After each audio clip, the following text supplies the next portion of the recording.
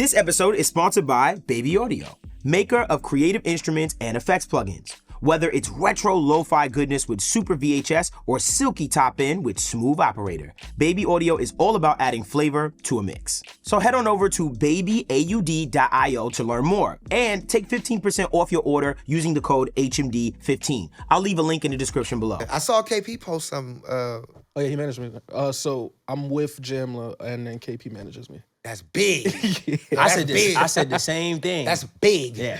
Thank you, brother. That's big. It's weird. Your life is actually really weird. We're recording, by the way. Oh, we are. Yeah, Hey. your life is actually pretty weird. I'm not gonna lie. A little it's pretty, bit, man. It's a little weird. Yeah, like a when little. that kind of like transpired and stuff like that. That was pretty good. Are y'all feeling good? Y'all good today? What's going on? Hey with y'all? man, you look tanned and new hair, all that. How you been, bro? Can I tell you the truth? What's up? You know why I'm wearing a hat today? Why? I am so sunburned. It's ridiculous. The top of my head is peeling so bad. Oh, bro, I woke up. It looked like I got like 2 different skin tones like popping right word. now. Yeah, so it's tough day for me. Hey man. Yeah, for sure. I'm trying to get like you. What that mean? I feel like when you do that, it's a slight. I don't like that. I'm trying to get out the country, you know, be on my big shit. I'm still a songwriter trying to get up out in the game, man. I've never. That's my honestly. I haven't. I haven't been around. I've been around the country a lot, but I haven't been out of the country a lot. Word. Yeah, you know Well, that about me. Tour Canada wise, don't count, it's so, always been yeah, United neither States. do I was supposed to go on tour pre-COVID. I had a whole thing booked and Yeah. everything. I would like to say that was this. my first chance to really get out of the country. But Okay. I do want to say this too. What? Just because I have the platform to say it. What? The only time I was ever supposed to get out the country was in 2020, and I was supposed to go to Haiti for the first time. Whoa! Pandemic hit, and then the president died, and has been a no-go. Yeah, it's since. a no-go. So pray for Haiti. Shout out to my people out there. I'm praying for y'all. That's a fact. Also, you did bring up about shout out to everybody that was incarcerated. Listen to the Yeah. podcast. Some Did we people. Yeah. Wow. Shout out to y'all. So shout out to y'all. If anybody locked down that's listening to the podcast, stuff like that, when you get out, you just like got all this information that we've been throwing at you. Don't buy a bunch of plugins. I'm just throwing it out there to you and stuff like that. But let me just introduce this podcast. Yes, sir. You know the vibes when we in this room, we have a special guest. But welcome to the Audio Nerds podcast for audio nerds like yourself. Please make sure you comment, like, and subscribe. Also remember, one lucky member in the comment section is going to get that VIP Gold Edition Rosetta EQ or Compressor. Just leave your @name so that we can actually hit you and say you've won. My name is Devvon Terrell. I'm a Pro Tools user. To the right of me, Hey, man, I left the FL chain at home, but it's the FL guy, L. Gene, who in the building. it's very not like you. I wonder why you did that. I just forgot, bro. I was rushing out the crib. Okay, man. cool. All right, I respect it. You was here on time though. Shout out to you, bro. I was I here love like that. an hour early. I was here so early that the gates were closed. Like, No, you're right. couldn't even No, you're get right. Our guest today, he told me he was going to be here at a certain time, and I just didn't relay that message. I said, you know what? Let's let those guys get here on top. To the other right of me, what's up, son? That's why, Team Ableton was here first and had this whole thing. I was set up. blown away when y'all said I was here. That was me, Kim. You was at the store. But I was here first. All right. We doing a race to the Yeah, the what door. y'all doing? I love it. I love But it. you know, because y'all are terrible. I love it. the common point is What? the Pro Tools user was late. I wasn't late. I was actually very on time. was on time. I No. just had a In secret context. meeting with our guest. In That's all. context. I just had a Got secret you. meeting. How's the update, by the way? I'm liking it so far. Wow, you heard some bad No, stuff. I was just asking. Like, I'm liking genuinely. it. It's pretty cool. I felt Loving an it, update man. on the way. I have by some the stuff way. to kill you about Ooh. with Ableton, by the way, that people Really? put in the comment section. I'm not gonna lie, y'all been getting killed lately. I've been smoking y'all No, lately. Zaire, I'm a snuff you. Yeah, I mean, he baited. All right. Anyway. All right. So today we have a very, very, very, very, very special Insanely guest. special guest. Honestly, it's kind of like a dream come true because this person has been around for so long. If I sit here and even attempt to ring off this man's credits, Goodness it would last for the entire episode. Yeah, but for context. But for context, We got YG, Kendrick, Alex Isley. Snoop Dogg. He's the member of one of my favorite, damn near my favorite super group ever of musicians. And one of the hardest working musicians in the industry. In the Ask game. anybody. that's a fact. From cult classics to Pulitzer Prize albums. Please make some noise for Terrace Martin. Terrace Martin. hey. Ladies and gentlemen, we have Terrace Martin sitting with us, man. Come on now. The Pro Tools user. Let's go. You already know how it goes, bro. Yo, one thing I say is, Terrace is not unfamiliar with the whole podcast and stuff like that. Like he's actually somebody that, we communicate here and there, touch and go, just like even commenting on that stuff. So I do want to thank you. A lot our fans love that, Yes, bro. all Like when they good. see people of All your good. caliber, just and stuff like that. First question we always ask everybody is what what was your DAW journey? So what was the first DAW you started in, and then where did you land? By the way, if it was, for instance, yo, bro, we just had boards or analog gear, cool. But what was like your journey from where you started trying to produce music and where you are now, as far as program-wise? My very first, what would be called a DAW back then was the Yamaha 4-track cassette recorder. This is like 1990, 91. Then after that, DAW, it would have been, I went to the 8-track cassette recorder like in 92. And then I had that forever. Then when I got in high school, like 9th grade, DJ Pool, my cousin T. Lee was signed as a writer and artist at DJ Pool. And the ADATs that came out, probably the blackface ADATs. It was blackface, silverface, goldface. The blackface ADATs probably came out a couple of years before I started high school. The point I'm trying to make is when I went to DJ Pool's studio, he was getting rid of all these ADATs because he had just got the new, you know, those guys with new equipment, buying, throw it away. Right. Almost. Oh, Like, wow, right. You know, so much money in the music business back then. And I was like, yo, that's an ADAT. So I remember that day he gave me an MPC 2000 and an ADAT. And when I got the ADAT, that was my first step into the digital recording situation. Right. And after the ADAT, in high school, I remember ending my junior year, I got a DA88. And then my 11th grade year, that's when the Roland VS880 came out. Classic. Hard disk recording.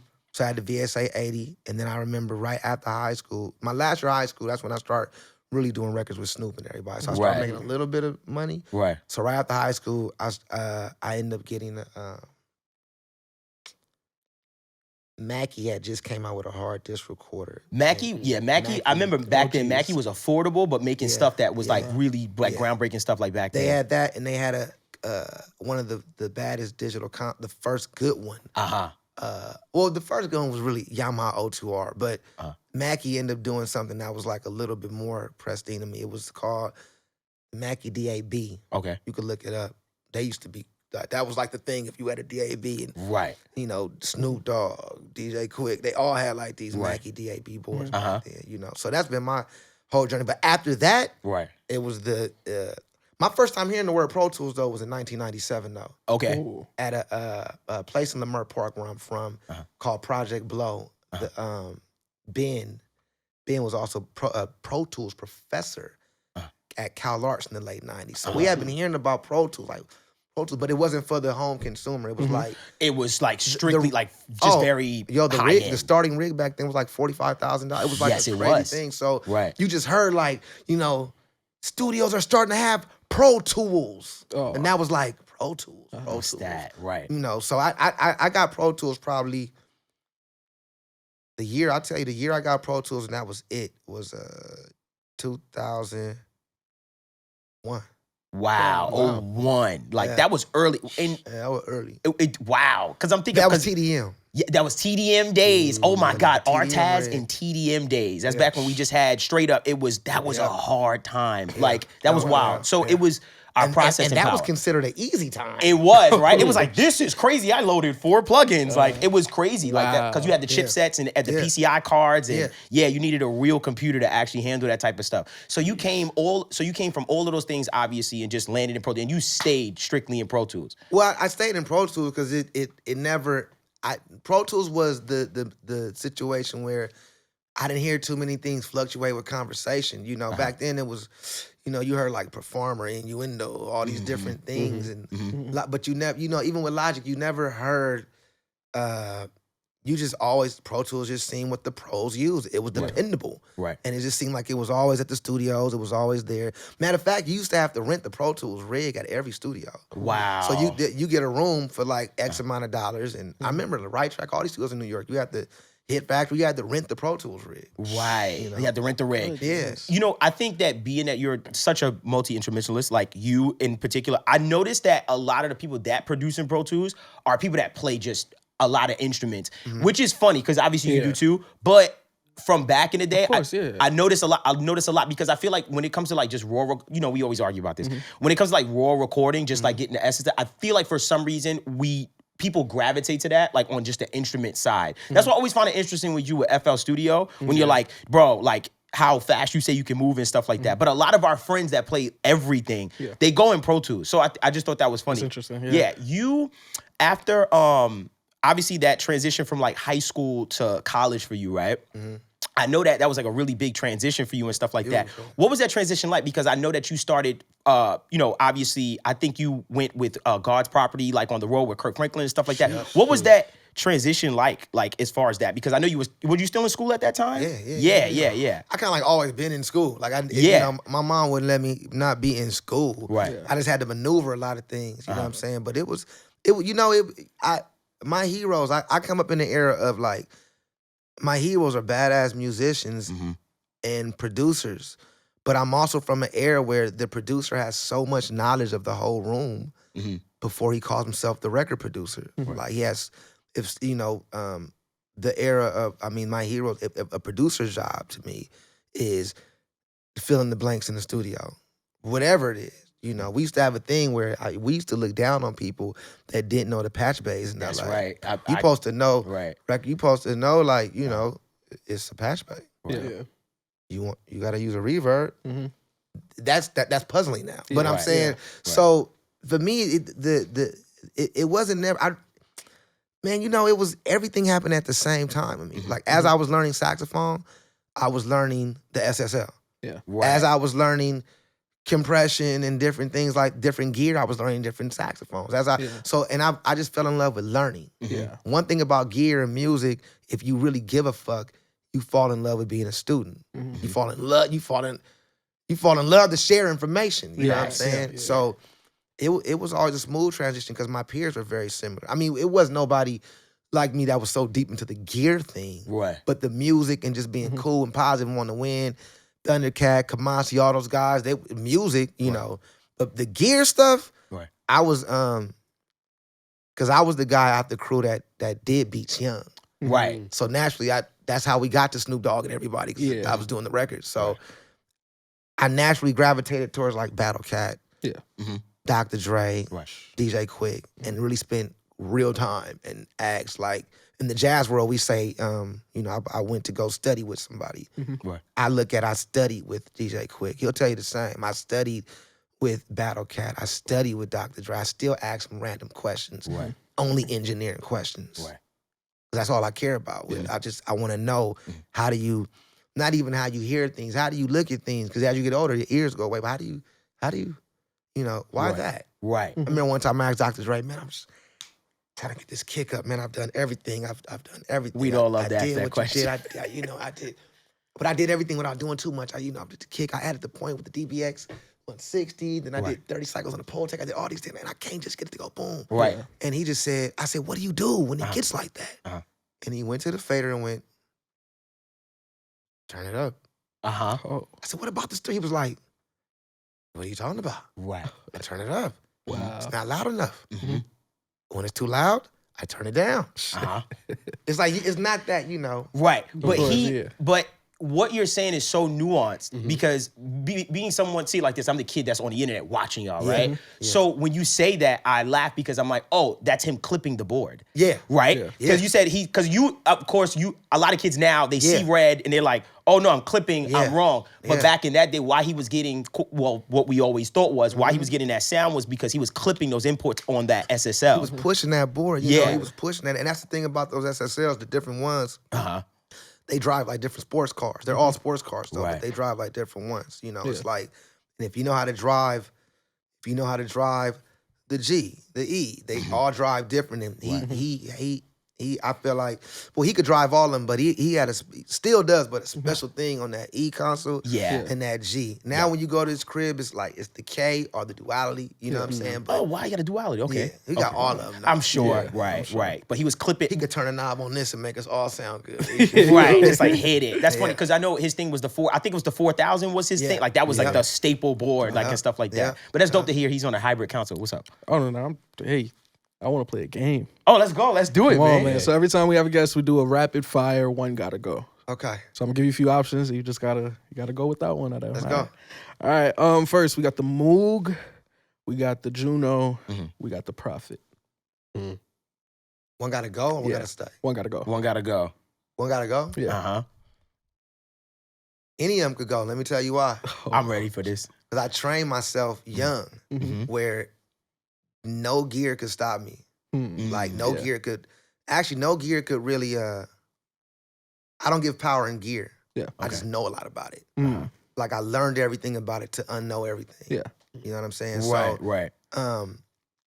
the reason why I'm saying that, because when all these different dolls start coming out, and Yeah. you know, the Ableton, my son, he's on Ableton, and Mhm. and this, and then you know, Logic and all these, just all these different things. Uh-huh. I said, man, I can't go with the weather. I gotta figure out. But everybody's using it. But if I don't know a little bit about all this, Right. I'm gonna mess up my real estate, my money, Yeah. Mhm.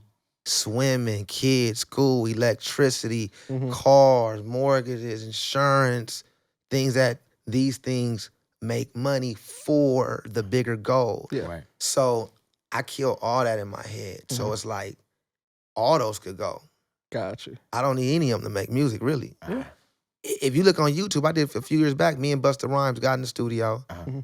and it was a Doritos thing. Yeah. Mhm. And people made these beats out of Dorito, whatever they had in the bag. Yeah. Right. And people was cheating so much to me. They was just using it, you know. Uh-huh. I use whatever's in the bag in my mouth and hella compression and reverb. Wow. Right. And that was it. Because that's the thing about it. And that was the ultimate test to me, where it's like, you know, if all those keywords had to go, let them all go. I'm sure one of y'all got y'all laptops. Yeah, we're gonna figure Find a that out. controller for me. Yeah. sir. Or keep the controllers. Give me the laptop. Gotcha. That's true too. That is an instrument. Alright, damn sure. near. At this point, you Yeah. got a laptop, bro. You make it happen. Come on. Yeah. But shout out to all the keyboardists that need a keyboard to Yeah. make music. For sure. That's unfortunate.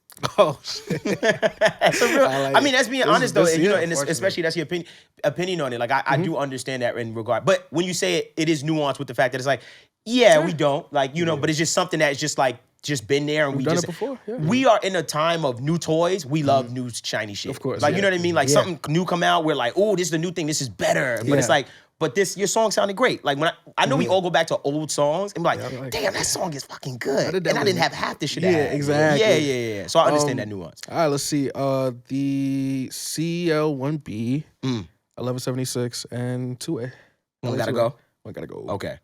Oh, the CL one. All I need is 1176, really. Word. I need that. Interesting. I didn't see that man. one coming. So you're a bigger fan of the 1176 over the CO1B and the 2A. It's the most versatile compressor in the I world. agree with you. It's most versatile. Blue or black? For sure. Whatever you pour into that particular box, is what comes out. Mm-hmm. I love the CL1B. I love all the Tube Tech stuff. Shout out to yeah. Tube Tech. They Right. look out. But it's a sound. It's like it's my opinion. This Yeah, is of not. course. Come on. It's all subjective. It's all good. But it's like, for me, when I think of the CL1B, I think of, I know I'm gonna see a Neve 1073, a C800G. Right. And if I'm not gonna see a 1073 and a CL1B, I'm gonna see probably an Avalon. right. Yeah. You know, Right. whoa, you know. You know what I'm saying? It's No, like, seriously, yeah. It's like I like fighting for the sound. Oh my gosh. Like, I like fighting for the sound. I think Right. the 1176, you have to dial it in. Yeah. And you got to know it. You have to know the 1176, you Right. know, and you have to know all the different ones. They all do different things. The blue stripe, Yeah. E revisions, the G's, Right. the reissues of the AEs. It's Right. all these different ones, Yeah. but right. you know, the 1176. So I like that he said 1176 because to me personally, I always said, like when I was starting to buy gear, I was like, if I had to buy just one, a workhorse compressor, it's gonna be that. Yeah, of course. Because it works. I can put it on everything, Even- anything. I can even get crazy. You know, put the British setting and just yep, Yeah. smash everything. So yeah. I totally agree with you because everyone is like the We should probably CO1B. break that down for people because we look crazy. Oh yeah, I know. They like, That yo, was crazy. so on 1176, what you can do is you can have this all set. They call it the British setting sometime, where you take all four of those ratios, you smash them in, Oh, and yeah. kind of turns it like into like this limiter. But to be honest, it also adds like these harmonics too. Like it's something. What they put into that circuitry, and it has a sound. A lot of people will use it personally. I use it for like parallel compression on vocals, parallel compression on drums. It just has a sound to it. So very versatile. You can slow the attack. It's just a wonderful compressor. So that's why I totally and I love feel like that Yeah. one compressor would teach you about compression. Very for true. sure. Right. That was like my first one because that was CLA 76 and stuff. So that was like one of my Yeah. first compressors I had. Because I'm all in the box, but that's the one compressor I just cannot take out my chain. Yeah, no. Goodness gracious. Yeah. Like, You can't replace it. I'm about to switch to the UAD. I'm about to try the UAD. Oh, man. Speaking of, let's do. Go ahead. I don't know what your plugin game is like, but Crazy. UAD, Fab Filter, Isotope, and Waves. One gotta go. Ooh. Waves gotta go. Okay. Yo, But let me say this. Yeah. I made a living off crack plugins. Yeah. Hey, Like, we just talked about I made my name off the diamond, whatever the biggest Diamond package Buddy, is. yeah. Mercury. Yeah. Mercury. Me and Ali shared. We felt bad. We was able to do, and it was like, bro, I'm buying a whole old computer on eBay tomorrow for $100. Oh, right. It already got the you know what I'm plugins saying? in it, yeah. But I'm only saying I would leave Waves only because that was the first biggest one, and I was married to it for so long. It's not because it sounds bad, because it doesn't. I was just in a session. I'm in the middle of Rody Rich's album, and we're going to mixing now. So now we just took it to Manny. Right. Oh, wow. So Okay. I'm always working with Manny. Uh-huh. And he's my personal friend. One That's what's up. of my heroes. That's what's and up. I'm always working with him. Uh-huh. But I wanted to see, does he use his own plugins? Very. Yo, good question, right? I wanted Good to question. see Is he gonna crack his own stuff open? the reverbs. Right. Because I've been to his room. Uh-huh. I know, I see the room. Right. Yeah. Right. Yeah. Right. He owns Larrabee. It's Larrabee. It's just fright. Right. Yeah. Right. But I want to see. Uh-huh. So he's at the desk. Roddy's right there. He's going back and forth with the reverb. And it's first of all, he's hands on. Okay. Right. Straight the fuck up. Right. Right. I'm here. I'm in the room. Right. You know. And I know that, but we're older. I want to see. Right. Yeah, Seeing yeah. it is different. Yeah. Right? Because Yeah. I haven't been to a mix session in, if it's not Ali or myself, I just haven't been to, or Dr. Dre, I haven't been to many mix sessions. Right. Yeah. Right. Of, I go hang out with the mixers, but I never walk into it and just, but Just now watch. I'm doing a record Yeah. and he's mixing it. Right. And Roddy says, I probably a little more reverb. Now I'm going like, because he's on the computer, but he has another computer Uh-huh. that you can see, it's like, Yeah. Oh, Dual, yeah. yeah. you can see what's going on. Got you. Right. So I'm just being cool. I just step back, and I say he's going for the reverb. Right. Yeah.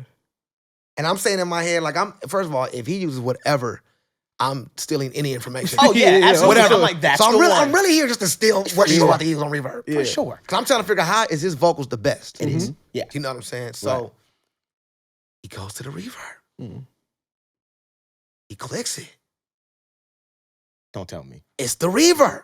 Uh-huh. And I look at him. He just, and it's his reverb. Oh, it's the Oh, it was his reverb. It's his reverb. Wow. He's using the reverb. He's using his stuff. Because a lot of these guys, man, I'm not gonna say no names. A lot of these guys make these plugins just to get a check, and they always license their name to all the different companies, Right, all these different things. You Right. know what I'm saying? Yeah. You Right. know, I mean, SSL had us on a mission for years doing that. We couldn't trust who was the best one Yeah. Wow. because they right. licensed it to everybody. That's very true too. You know what yeah, I'm saying? I hear that. We Right. know Yeah, now. that's what it is, I have my personal preference of the SSL plugin, but Right. but for years it was like, damn. It was like which one? Right. I Which one feel is like your I was favorite? being taken advantage of for years. I hear that. Which one do you prefer? From SSL.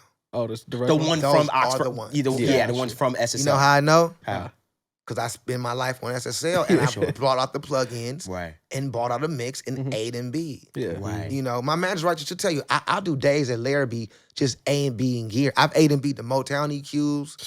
I've A and B I spend money just A and B in gear. I hear you. And a lot of these companies, lie. They lie to these people. Yeah. They make gear look away and everything, and they tell them it's the vibe of that sound. Right. But honestly, if it's not the real thing for me from that era, and you have a tech that is at least going to live 30 more years or 40 more years, because most of down the the good road. techs are gone. Right. Buying that expensive new outboard gear that's going on right now from a lot of these companies is really a waste of money, and the plugins are in fact better. Fact. Got you. You know. You know what's funny? I happen to cop one of the companies I do kind of like really trust as far as like remodels and stuff like that, reissues, is a company called Audioscape. They you like the cool. Audioscape's great. Dope. They make it's very limited, and that's why I like it, because I know those parts are not easy to get. Yeah. So the fact that it's very limited, I'm like, oh no, they're really sourcing like the Yeah. materials. No, they're great. Yeah. You know. So I had a Pultec emulation from them, an EQP 1A, and I had a plugin. And I never forget, I tried the plugin versus the actual hardware, and I was thrown off because I was like, "Holy shit!" It was so close to the point where in the back of my mind, I was like, "I kind of can just use the plugin." Like that little marginal difference, I was like, "It's getting better." So as you being someone that came from like ADAT era and all that other stuff, seeing like that migration of plugins and stuff like that.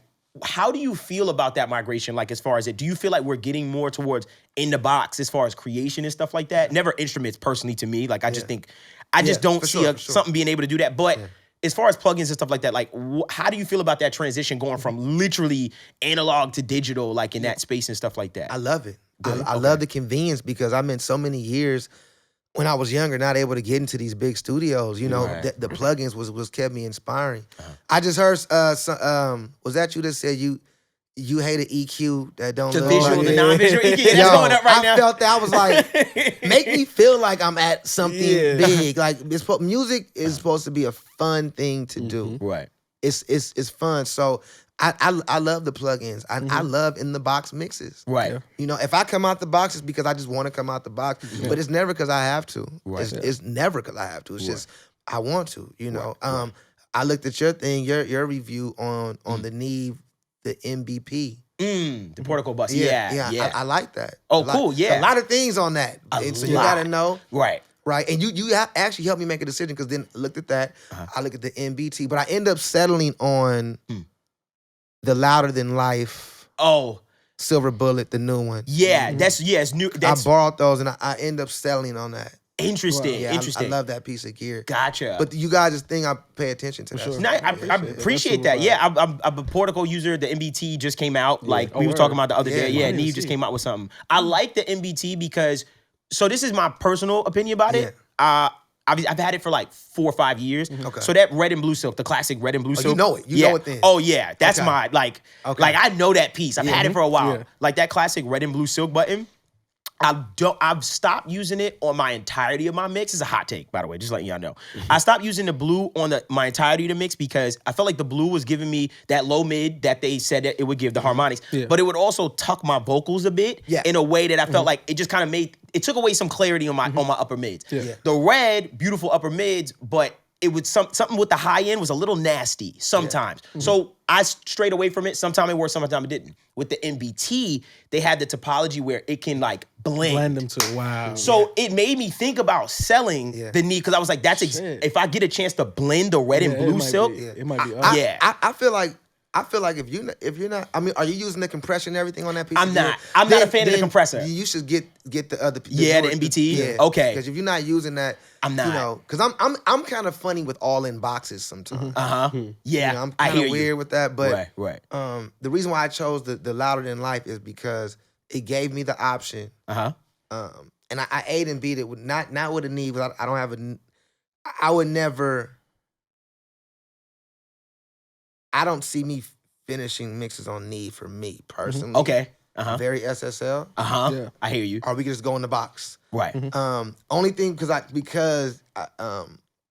know a lot of the engineers gonna hate. I know what you're. I feel personal like I know what opinion. you're gonna say. This is a personal opinion. I just feel like when I think of Neve, other than the mic pre, just to calm the attack down a little bit, it just feels like if I'm going like. I know exactly what he means. It just kind of feels it's warm, but sometimes warm could be muddy for me personally. Yeah. Got you. Like stuff's getting Yeah, mashed. because I'm not trying to. I don't really believe in retro, so I'm not trying to make something sound old. Right. I'm trying to take elements, but I'm not. I'm trying to make it still sound like we ain't heard it or you know. Or So updated, like just new, fresh. Yeah.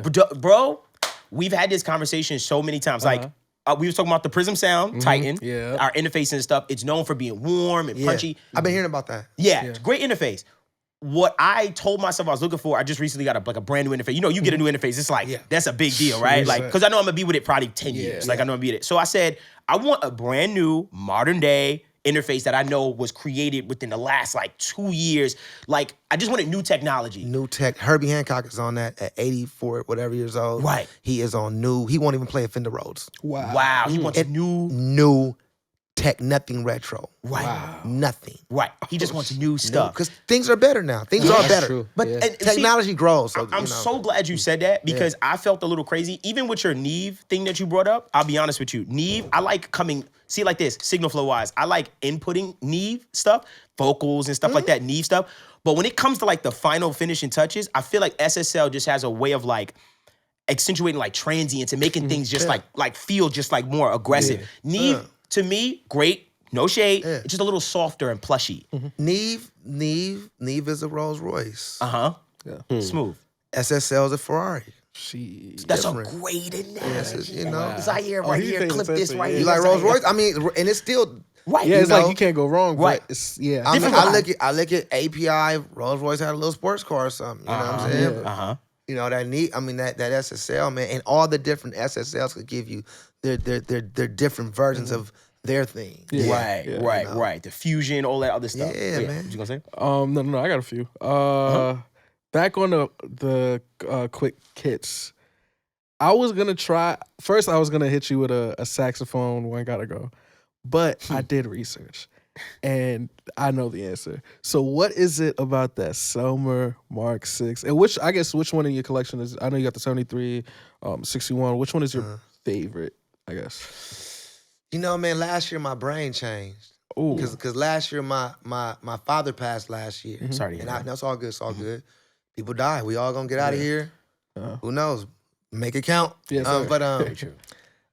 You know, and he was such a battery in my back for my music. So a lot of my views and ideas, what I was attached to, it was kind of attached to him. Yeah. So when he passed, I had to get a new battery. So my views, it just changed. Like I don't have a favorite saxophone. Wow. I really don't give a fuck about what particular saxophone I have no more because I kind of sound the same on all of them. I need to practice more. Right. It's me. And I need to get better, you know. Because right now I'm playing, I never in my life thought I would ever be playing. No, we talking about all this technology, Right. but on the saxophone, for my whole saxophone life, I've been a purist of old gear. Yes. Gotcha. I've seen. You know. Okay. And I'm a collector and a player, but I realized, I said, only reason I'm able to take care of all these old gears because I'm a producer in the rap world. Right. So the reality of it is this is not even the reality with this. So I just my brain started changing. And then all the old fucking pictures I look of Sonny Stitt and Cannonball Adderley and Wayne Shorter and Miles Davis and John Coltrane and Hank Mobley and Archie Shepp and George Coleman and Lou Donaldson and Charles McPherson, Eddie Cleanhead Vincent and so on and so on. The horns they were playing were that year. They took that picture in the 60s. Wow. So they were new. Yeah. So in my head, I said, bro, you need to play a new horn. Wow. So when they take a picture of you, you got a new horn. 20th, Play that old shit. Wow. Because Herbie, I could be like, Herbie, I found this Steinway. I found this Fender Rhodes. It's one of a kind. It's this. He'll be like, that old shit? I'm not playing, man. Wow. You better call up Keyscape Shit. Wow. and let me make a sound. Right. Yeah. You know what I'm saying? So I'm not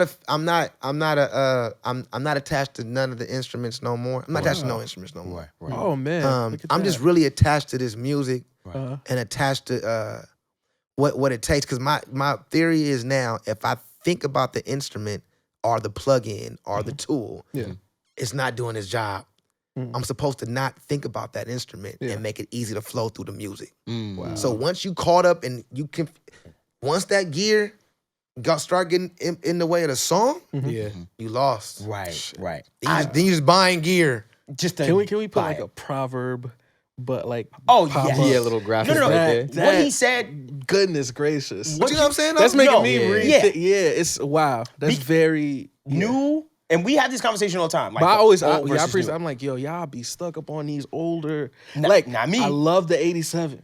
You know, that's my favorite mic of all time. But nigga, that loud one is nice, Yo, man. so we, like, have, you know we, what I mean? we have this conversation all the time where we'll say like older gear, newer gear. And I always say, I'm like, yo, everybody, love Neumann, of course, classic. I mean, I love the C800, U87, I love the- C100. But at the same time, I said to myself, why am I chasing the same thing as everyone else? I was like, don't I Or want to even stand out? yesteryear, like the '87 or the U67 is called the U67 because it was made in 1967. Like, you don't think we've innovated since 1987. Or have technology gotten better? Yeah. So it's like yeah. I think I love that, and I gotta mentally start bringing that into my instrument. Come world. on, So, man. Hey, Cause outside. That's why I be Yeah, telling you, man. I have some older pieces, like I have the EQP 1As and stuff like that, Yeah. but it's still fun to have like the other stuff. You know, also, Let me say something about a mic though. uh-huh. If you can't make a SM57 or a SM58 sound like a Sony C800G, you need to work on studying more and EQ shelving. It's not about the mic. It's you. The 87, every mic is completely different. Yeah. And every vintage mic is completely different because all the diaphragms been fucked up. Most 87s were bass drum mics and drum mics when they came out. So if you find a used 87, the core is all messed up and people, it's all been reshaped and it's like most of the capsules now they use nylon. It's all kind of different things to where you're buying an idea. Yeah. You're buying a picture. You're buying an idea. I own all the popular mics only because as a professional, if Kendrick or Rody or YG or Shaka or whoever comes in, usually the people that aren't in the gear are kind of used to what it looks like and are into that. So I own a couple of C800s because it's the big black mic. Yeah. I own a few Elam 251s. Original, reissue, and a $200 one. Wow. Because it's the Elam 251. Yeah. Once again, I'm gonna tell you, when I'm cutting vocals and cutting, I look for whatever mic is around. You know, I have an artist I'm working with, and she has a setup and I have a setup, and we're working together. And I said, just keep cutting the vocals and send them. She's like, well, I want to cut them here because you got the C800.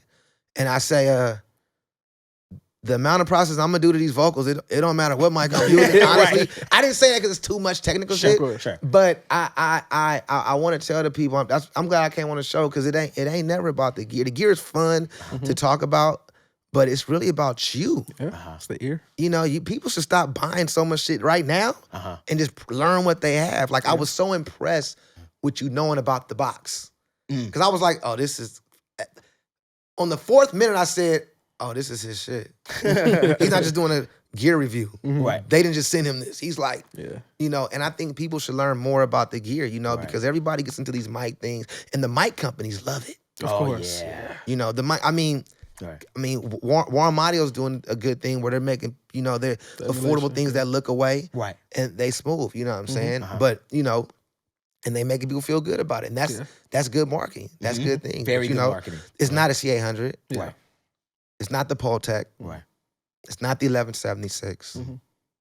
It's not none of those things. Right. Yeah. They don't sound like any of those things. They sound great though. Like I used the Warm Audio 1073 on a lot of records last year. Oh wow, that is interesting to hear. Wow. Okay. Yeah. Okay. I used that a lot of records. I used their they make these they're like the Neumann drum pencil mics. Oh, I know what you're talking about. I know the KM something. I know what you're talking about though. Yeah. For the price of one vintage mic, I bought a whole set of drum mics. Right. And honestly, shit, it was Gucci. They cool. They cool. You know what I'm saying? And I bought those because if those break, I don't feel too bad about the investment. Okay. And I could just buy some more, But I'm not looking at those as I'm trying to get those mics. I'm like, oh, these are a decent set of mics that sound good for the price. And they maybe got the idea, but these are a decent set that sound good. Right. You know what's the funny thing? We talk about warm audio a lot. And when I was shopping for a new preamp, my Twinfinity 710 went out, tubes blew finally. And I was like, all right, need a new preamp. And it was I was like, yo, I should just go get a 1073, right? Like my first thought was to get a 1073. And so I looked at the warm audio one, and I seen a little shootout between 1073 and an original, their 1073 and that one. And I think that was my mistake, right? I'm gonna tell you why you just made me realize that might have been a mistake. Because comparing it to the original, you keep saying, no, they're two different, they sound different. It's just the marketing has you like checking it out because it has that. But it sounded so starkly different. I was looking at the comments, I was like, y'all tripping. This sounds way different from the original. So I stayed away from it. I was like, no, I want a 1073. But I think that if I look at warm audio, and I think this is so good, I'm glad you brought this up. If I look at warm audio, like, look, I know this is marketing, but what is it, the essence of it sound like? Is it worth that affordable price, like at that point. I think that's a different conversation that So I would look at probably it, have. Yeah. Yeah. Because I was gonna say, because I've opened up all the gear. And in all fairness, the Warm Audio 1073, I'll just say it has the same, if not better, transformers than a few of the regular names and the more expensive names. I opened up that. Right. The thing that I feel the Warm Audio gets a little cheap on, which is not a problem neither unless you touring, is just the knobs and everything. Yeah. Gotcha. But for the price, they have to make that shit like that. Yeah. But they are the transformers. I open that shit up, bro. I smoked a big ass joint, took a mushroom, and opened that shit up. And I opened that up. I opened some Phoenix shit up. I opened some Brent Averill shit up. And I want to see, like, man, let me see who taking advantage, bro. Right. And just look at their sales and stuff And like that. Warm Audio is doing a thing with. I didn't open everything up, but the 1073 very specifically, the stereo one is what I'm talking about. That the transformers, and that's a heavy piece of gear. And if you get two Neves together, they won't sound the same. Right. And you can't do that thing unless you really know that thing. Yeah. Yeah. I remember there was well, not a story, but I think a lot of people noticed from the engineer community. I think Jason Joshua, at one point, he was running his mixes into 1073s. And the reason why he would do that is because he said they were so different sounding that difference created like this kind of like phasiness that he liked and stuff like that. And I've been looking into that, like, coming back. Like, I'm very simple with my analog setup. Like, I have literally 5 pieces of analog gear. He says I'm an analog gear head, which I'll show you an analog gear head. No. 5 pieces. As far as my circle, I got. As far as your circle, I'm your my friends got crack logic, man. Right. He'll come over to the crib. I'll be like, yo, give me your mix right now. And I just wanna run it. I'll be like, I press 3 buttons. Like, you can't do that, bro. Like, look at all that take, bro. All that saturation. Like, hey, but look at my master bus stuff. Then he showed me his master. I'm like, you're OD and you're wild. But yeah. You've worked with everyone from Yes. fucking YG to damn Ninth to Kendrick to everybody. Yes. Who in the studio surprised you with their gear knowledge? Whether it was just like how they were running the session with the engineer or just the mic they wanted, shit like that. Gear knowledge, impress me gear knowledge. Impress me gear knowledge. DJ Quick, Dr. Dre. Well, nah. Let me. I got Jason Joshua is a master. Another dear friend of mine. Like, shout out Jason. One of my biggest motivators. Yeah. For real. Like, Yeah. I remember when every time I work on the beat, I'd be playing the beat. Maybe I'm thinking it's a jazz record. He'd be like, "Oh, Kodak Black. Let's call him right now." I'm like, Okay, Justin Timberlake and Kodak Black right now. And I'd be like, call him. You call him. I don't know him. But he's a real LA native too. But Jason, he didn't surprise me on his skill level because he's, of course, yeah. Jason he come up on the Dave. Right. Dave, I mean, shout out Dave. And just Jason and he lives in the culture. He know what's up. Yeah. You know, he's an A&R, if I'm not mistaken, right? Yeah, he was at one point. He's just his mom was a giant. I mean, he's just in it. Right. He's a studio baby. He's a record baby that grew up to be an engineer. Right. So the passion and the levels there. So what I didn't know is his love for so much analog gear and his love for different sounds. People just don't use him for what he could do. Because, you know, I've cut jazz records with me, him, Yusef Days. We've cut jazz records with him. And he's, you know, he'll just call me, hey, man, I got some cats coming over. I just want to track y'all. Right. He just wants to track. Right. And then, you know, but he's compression. He's a genius on compression. Right. Like, I don't, like, the way he views compression is just. So he shocked me because he's so what he's into. When you go to his studio, his desk will tell you what he's into. It'll, you know, you'll see the Fairchild. You'll see these things like, oh, okay. You won't see a ton, but you'll see some things that could, Oh, gotcha. Right. Yeah. Like he got some I thought that was signature. just a plug-in. Kind of. Right. That's a real thing. That's a Don't real that- thing. Don't that fuck you up when you see the plug in real life? Yo, when you be like, oh, Yeah. it's like, Yeah, that's just not yeah. the I don't know saw if it was a like a I don't know if it was Brakaski. a joke he made or if it was like an April Fool's thing or if it was real. But remember when that picture of like the physical God particle was going around? Yo, That yeah, shit he had a look- guard part, his plug-in, and it was a physical one. And we were like, that is he shit making was a hardware fire. for it? Like, Well, that's- Hey, watch that's this. I different. remember when he showed me that. He said, I'm gonna show you something you can't. And you know with plugins, when you're doing them, they don't look like what people. yeah. Of course. Yeah. Just all this. The And GUI, right. it was one of those things how we said it. I was like, what the fuck is this? Yeah. Right. And he was like, Watch this. boom. And I was like, what did you do? Yo. What the hell just happened? Oh, It man. felt like he had 36 people on the console all turn a button. It just, Yeah. Yeah. it Crazy. did something. Right. And, you know, I said, man, that's amazing. And he said, yeah. I said, you know, and he could do that without a plug-in. Sure. Of course. Yeah. Mhm. Yeah. You know, Jason Joshua he is an amazing tracking engineer. He is a record producer. Right. And he's a mix engineer. Yeah. And he is an aggressive motivational speaker. I can imagine. I've seen him, dog. I watch his like Mix with the Masters like seminars and stuff, and when he's talking, he's like, no. And if you did, why the fuck would you do that? Why- Dynamics, you're fucking holding bugging. nothing back. Boom. But he's also really funny. Like he's funny. We've talked to him a few times. Like we've Yeah. had a chance to talk to him and stuff like that. And you know, just in those little moments, Yeah. his sense of humor, because he feels like a very serious guy, but then these Yeah. flashes of just him, just like, Yeah. just I can He's tell. passionate. Yeah. He's you know, this, you know, like him, Manny, Neil Pope. These are masters, artistes Right. that mix records. Right. Yeah. These are artistes. Right. They can mix a record professional, but I've seen them, you know, these are guys, I've seen them just do some of the world's most important records. Right. And just really, it's a reason, you know. Yeah. Right, Neil, bro. Like even when you bring up Neil, like just and stuff like that. I know he was doing. I don't know if he's still doing a lot of K-Tronada stuff and stuff like that. But like, I don't even realize. I don't even think people realize like these guys are behind your favorite artists, right? Neil is a god. yeah, TLC, bro. Like his, Insane. TLC, Yeah. Outkast, and just him, and he walks around so humble, but Neil Pope is a god. Yeah, man. he's You know, different. we are so fortunate Right. to be able to have him and be able to hit him on the Instagram and ask him a question or bring him through. But he is he's one of the masters. Neil, Jason, Manny, not in this order. Dave, Yeah. Right. Sada, Tony Maserati. Right, right. What's up? You know, can't leave Tony out. That's a fact. The list goes. Of No, the course. list don't really go on too Right. much. Too But- far. But And, yeah. you know, Core, a lot of for famous sure. guys I'm like, oh, you call one because the artist is big. We don't believe you. We need more. We don't believe you.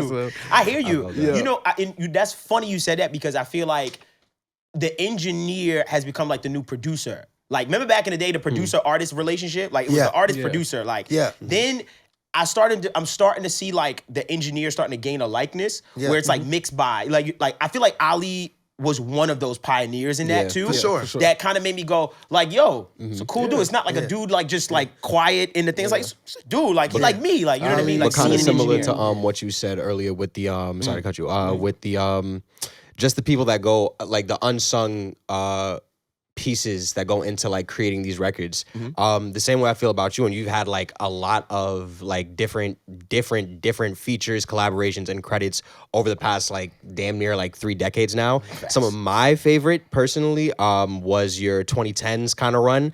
Good Kid, Mad City, Under Pressure, Rodeo, Tetsuo and Youth, and then obviously To Pimp a Butterfly. That was a fun run. It was a very that was a interesting run. wild- That was Yo, a run. he said it like it was wild. That was a run. He just said it like I didn't it was- realize he was like, I didn't yeah, realize where oh. I was at. I was just It was just Yo. I was bang, just going bang. to studio to You studio. got- I was like, A lot of that's a fun go run. ahead. You have Wow. before we leave To Pimp a Butterfly, you have a story, right? Mm-hmm. And I got to see it. I was at the Blue Note show. Amazing. It was a Glasper. That's right. That's right. The dinner Yeah. party thing. Mm-hmm. And y'all told this story. I would love for you to share it on the pod Mm-hmm. about how Glasper came and slid you off the. Oh, the album? Yeah. Oh, Yeah, Bro, yeah. listen So, to this shit. so we, at this point, right after Good Kid, Mad City, we didn't come out the studio. It wasn't no like, oh, today we're gonna start To Pimp a Butterfly. Yeah. Right. It was just like just carrying on, like Right. just and I at this point Robert was on the road. We had always wanted Robert to come play, but he was always busy on the road and stuff. And then I remember when we did Good Kid, Mad City, he called me every day and he said, "If you put out another Kendrick record without me on it, I'm fucking you up." He was serious. Right. And I said, all right, he a tall guy. I said, Right.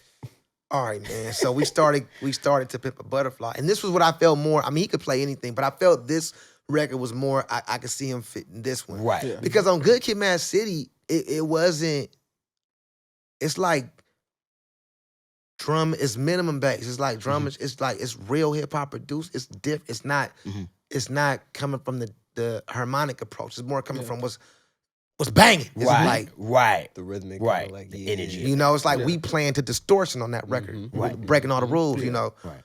To Pimp Butterfly was rules broken too, but it was within certain things with musicians and everything. So I felt that would have been a better fit for him. For sure. So, in my head, as I'm playing, the truth is too, and this is all the truth, all the truth. I'm playing these records with the first intention, like Rob will kill this. Yeah. But after 2 months in, everybody's liking what I'm like, I killed it. I killed it. We good. But I'm kind of playing like him, so when he hears it, he could just, that's what a producer does. Right. You know. Reference, yeah. So Kendrick is loving it. Yeah. I'm like, oh, I'm playing on I'm producing a lot, but keyboard wise, yeah. Yeah. Because I'm in the credits. Right. Yeah. All produced by keyboard by. Like, ooh, who's that? Right. Yeah. Yeah. Even if they gonna mention us, they gonna read, somebody gonna see some That's a names fact. lining up. Right. We should have an episode about that. Right. Credits. But anyway, Okay. so I'm like, so Robert's in town one night. Man, he played with me at the Troubadour this night. I opened up for a group called Snarky Puppy. Was you there that night? I opened up for a group called Snarky Puppy, a band, and Robert was in town. I said, man, come play with me. I got to open up for Snarky Puppy. Then after that, I got to go to the studio. Right. Yeah. Who you working with? I said, man, you know I'm working with. Somebody big, way bigger than who you working with, so come on. Right. Whoever it is, it's going to help. Right. You know, because I wanted to surprise him a little bit. Yeah. Wow. You know what I'm Right. saying? Right. So I did a gig at the Troubadour. Imagine that, doing a gig, but my whole thought in my head is like, finish this record.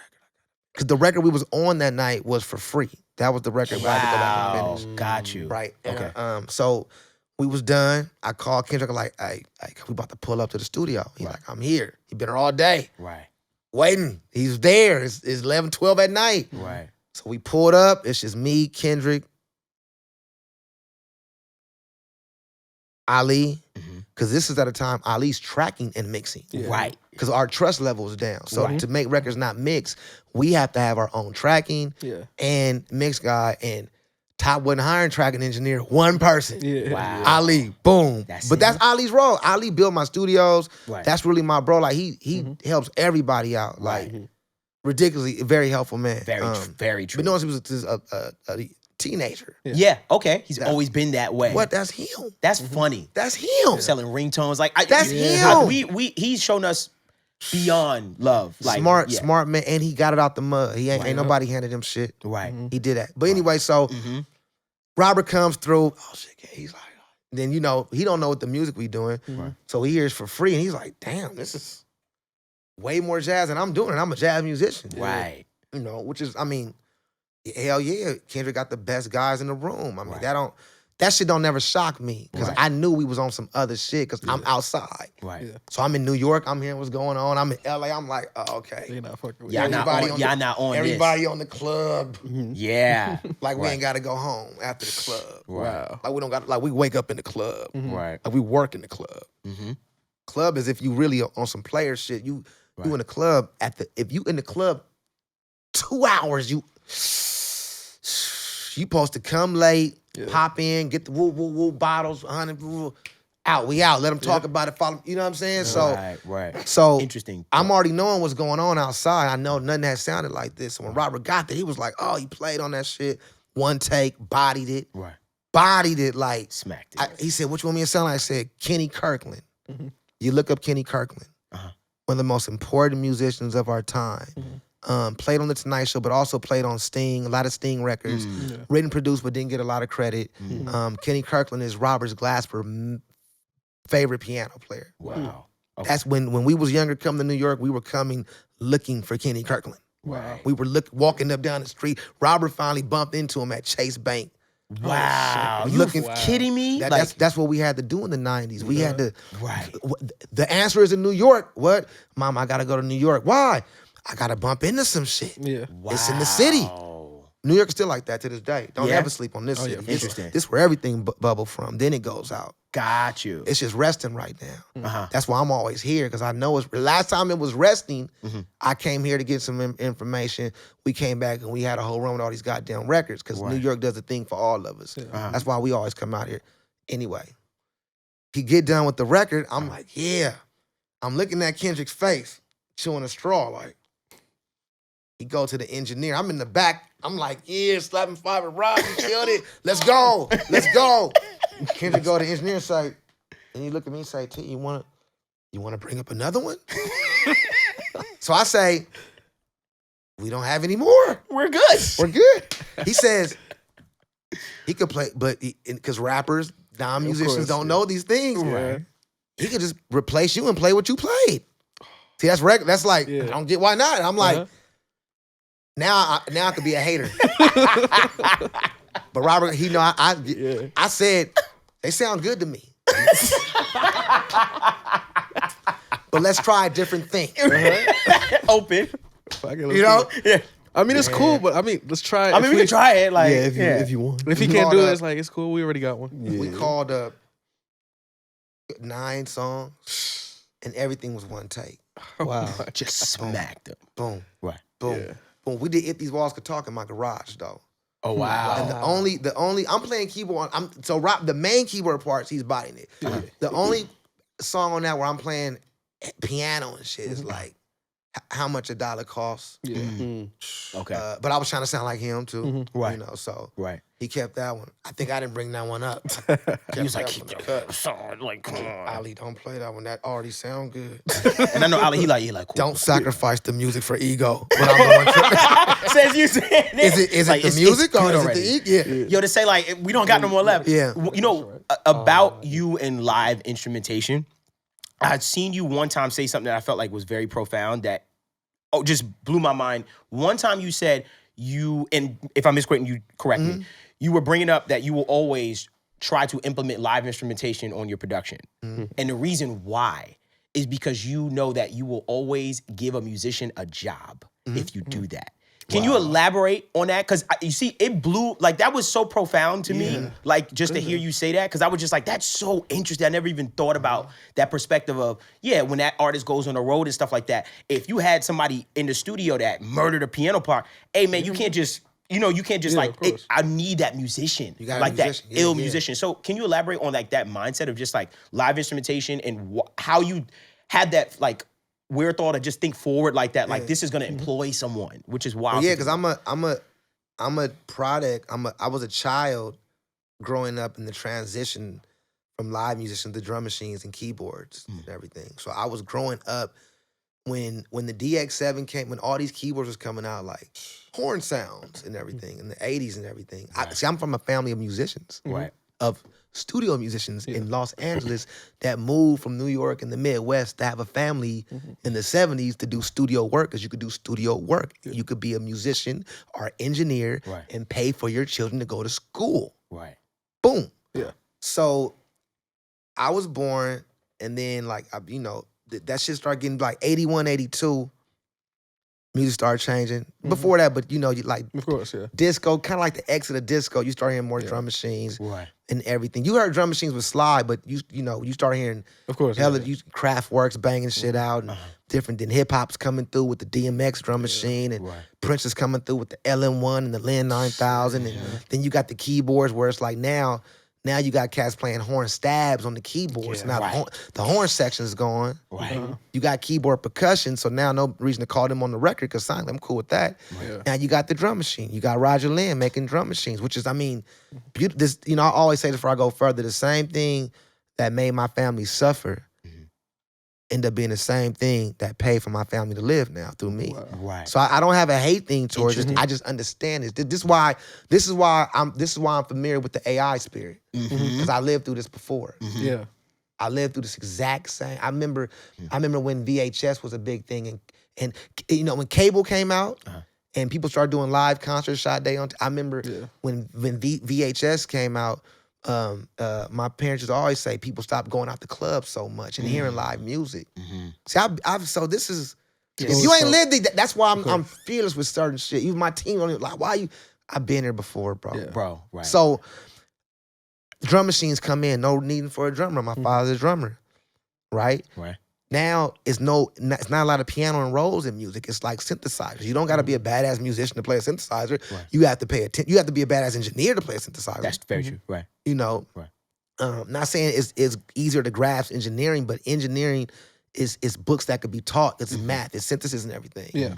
You know, so you could get that. Right. Play 2-3 fingers or be a programmer. Right. Yeah. The programmers start making more money, but the musicians start phasing out, especially black studio musicians. Interesting. Black, and particularly black studio musicians. Why is that?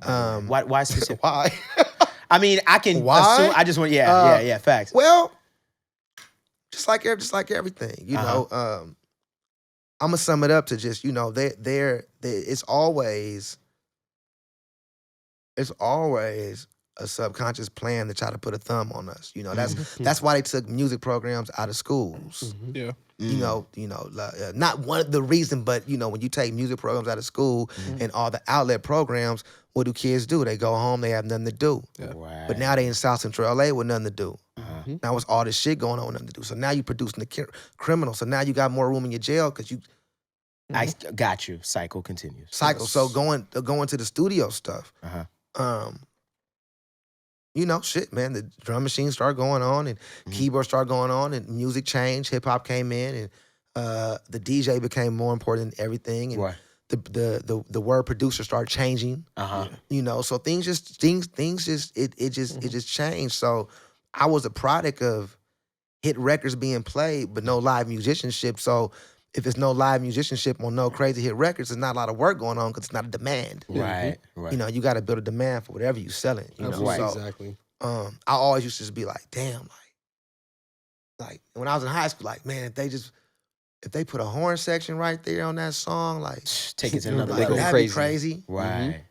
Or even horns looking, they up there. Or I'd be like, man, if a keyboard player played that one thing they sampled, that'd be famous. That mean piano players would be famous again. Right. Right. You know what I'm saying? What's funny, I think his name is Beto. I forgot his name. He's an instrumentalist. But long story short, he makes some amazing content where he has a lot of instrumentalists on. Oh my gosh. It's incredible. Which I don't know. You have to whatever. So I would love to see you on there. And basically he'll get like the guy that did like the drum break on Michael Jackson's Beat It. Like he'll get those guys, and the story is always incredible. Shout out to J.R. Robinson. Oh, there you go. Yep. And the story's always incredible. Like even when he told that story, when he was like, Quincy looked at me and was like, we just needed to. Yo, just give me a lead in. And he said, I just went and said, and he said the way when he was breaking, bro, when he breaks it down, it made me appreciate it so much. Like he was like, I did it on the one instead of two. Like just the way he just explained it was just like so mesmerized. So when you say that, I had the track sheets for those sessions. Oh, really? Or did they just have the track sheets? I had the track sheets. I know where the mics was at and everything for all those sessions. After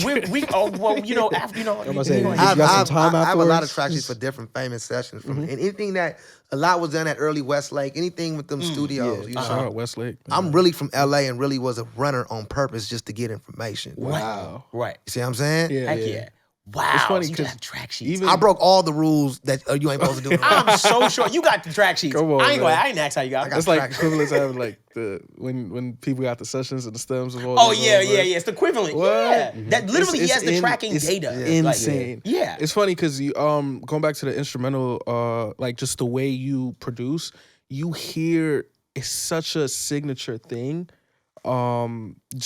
And I'll put it like this: the best example for me, you talking to a guy who's a big fan of Blast. I think all three of us are, but man, to hear Ghetto Cinderella go from the obvious like Mustard production into this is Terrace's part, and you can hear the same record, two like just seen two different ways, and it's just insane. That's Mustard's fault though. Oh, what happened? Because Mustard always wants me to do this. So when I play that style, you'll hear that style a lot, but you'll hear it with me and Mustard a lot. Because he, shout out to Mustard, man. I love him. I talk to him every day right now. I love him. That's my friend. Right. But before he started doing beats, you know. And he loves the sound. He's very particular. And every time I'm trying to, man, let's try this, you know, I'm like, Herbie, let's try some. Right. And he like, man, I need that T, that da da da da. And I'm like, okay, come on, T, give me that. I need that. And I'm like, okay, that's what, bro. So when he knows what he wants. Right. He like, man, do your thing, but do your thing in this compound. Yeah. You know, he's always been he's always been good. Right. But about 5-6 years ago, I seen him turn into great one night in the studio. I just saw it happen. You know? I just saw him just sticking to his guns and sticking to his sound. Right. And when people switch it up, I saw him do different versions of it, but just like Miles Davis and John Coltrane, it was elements of his sound switching, but it was his sound, you know. And he really is firm and really about making people feel good with that sound to the point where the biggest artist in the world did it.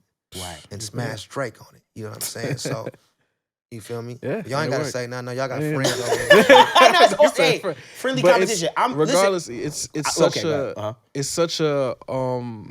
say what you were gonna say, because I was gonna say friendly competition. At the end of the day, I come from an era of when my rappers, when they beef, I was scared for them. You understand what I'm saying? Yeah. So I'm glad. I'm glad y'all beef. I don't care. Hey, listen, I've seen the worst. Right? It was so amazing. It was fun. It was great. For me, it was great for hip hop. It was great for the business. Yeah. It was great for the art. Because for me, you know, I got a lot of friends that be on the internet, and I like maybe 30% of my head falls into the internet. But then for me, when I sit back at home by myself, I'm like, wow, these are two of the baddest motherfucking ninjas coming to a head now. Yeah. Because they both bad than a motherfucker. Very true. You know, Drake was very helpful to our whole crew. Really, you know. Right. And you know, they both bad. They both bad. But only one leaves the dojo. Right. In anything, you know. And that don't mean Drake is whack, because he ain't whack at all. Because guess what? Right. Ain't nobody else coming that close to Kendrick Lamar. Yeah. And I ain't like how they try to hold to Pimp a Butterfly, but that's another story. I ain't like how they try to hold to Pimp a Butterfly. That's another story, though. Hey, man, you know what? They rap it. You know the vibes, bro. Come on now. I will say, going back to your production style, too, one of the craziest moments of me seeing your signature sound for real, like being able to differentiate it, was Dinner Party. Because I remember hearing, I work a lot with Ninth, but I remember hearing the beat. I'm trying to remember what record, because I know the first version I heard. I don't want to say the flip, but it was For Granted, Aaron Ray on Dinner Party. Oh, yeah. I remember hearing what it was before. Yeah. And then after. Hey. Like, I heard the difference, and I heard what y'all brought out of it as a collective.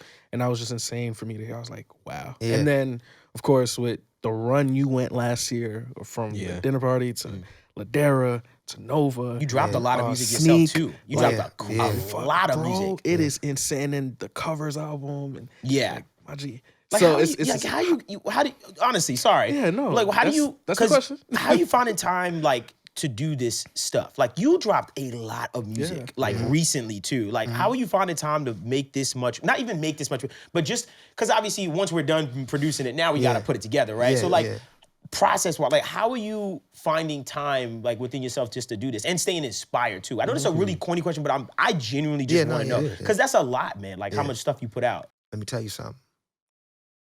A record producer and a recording artist's job professionally is to record every day.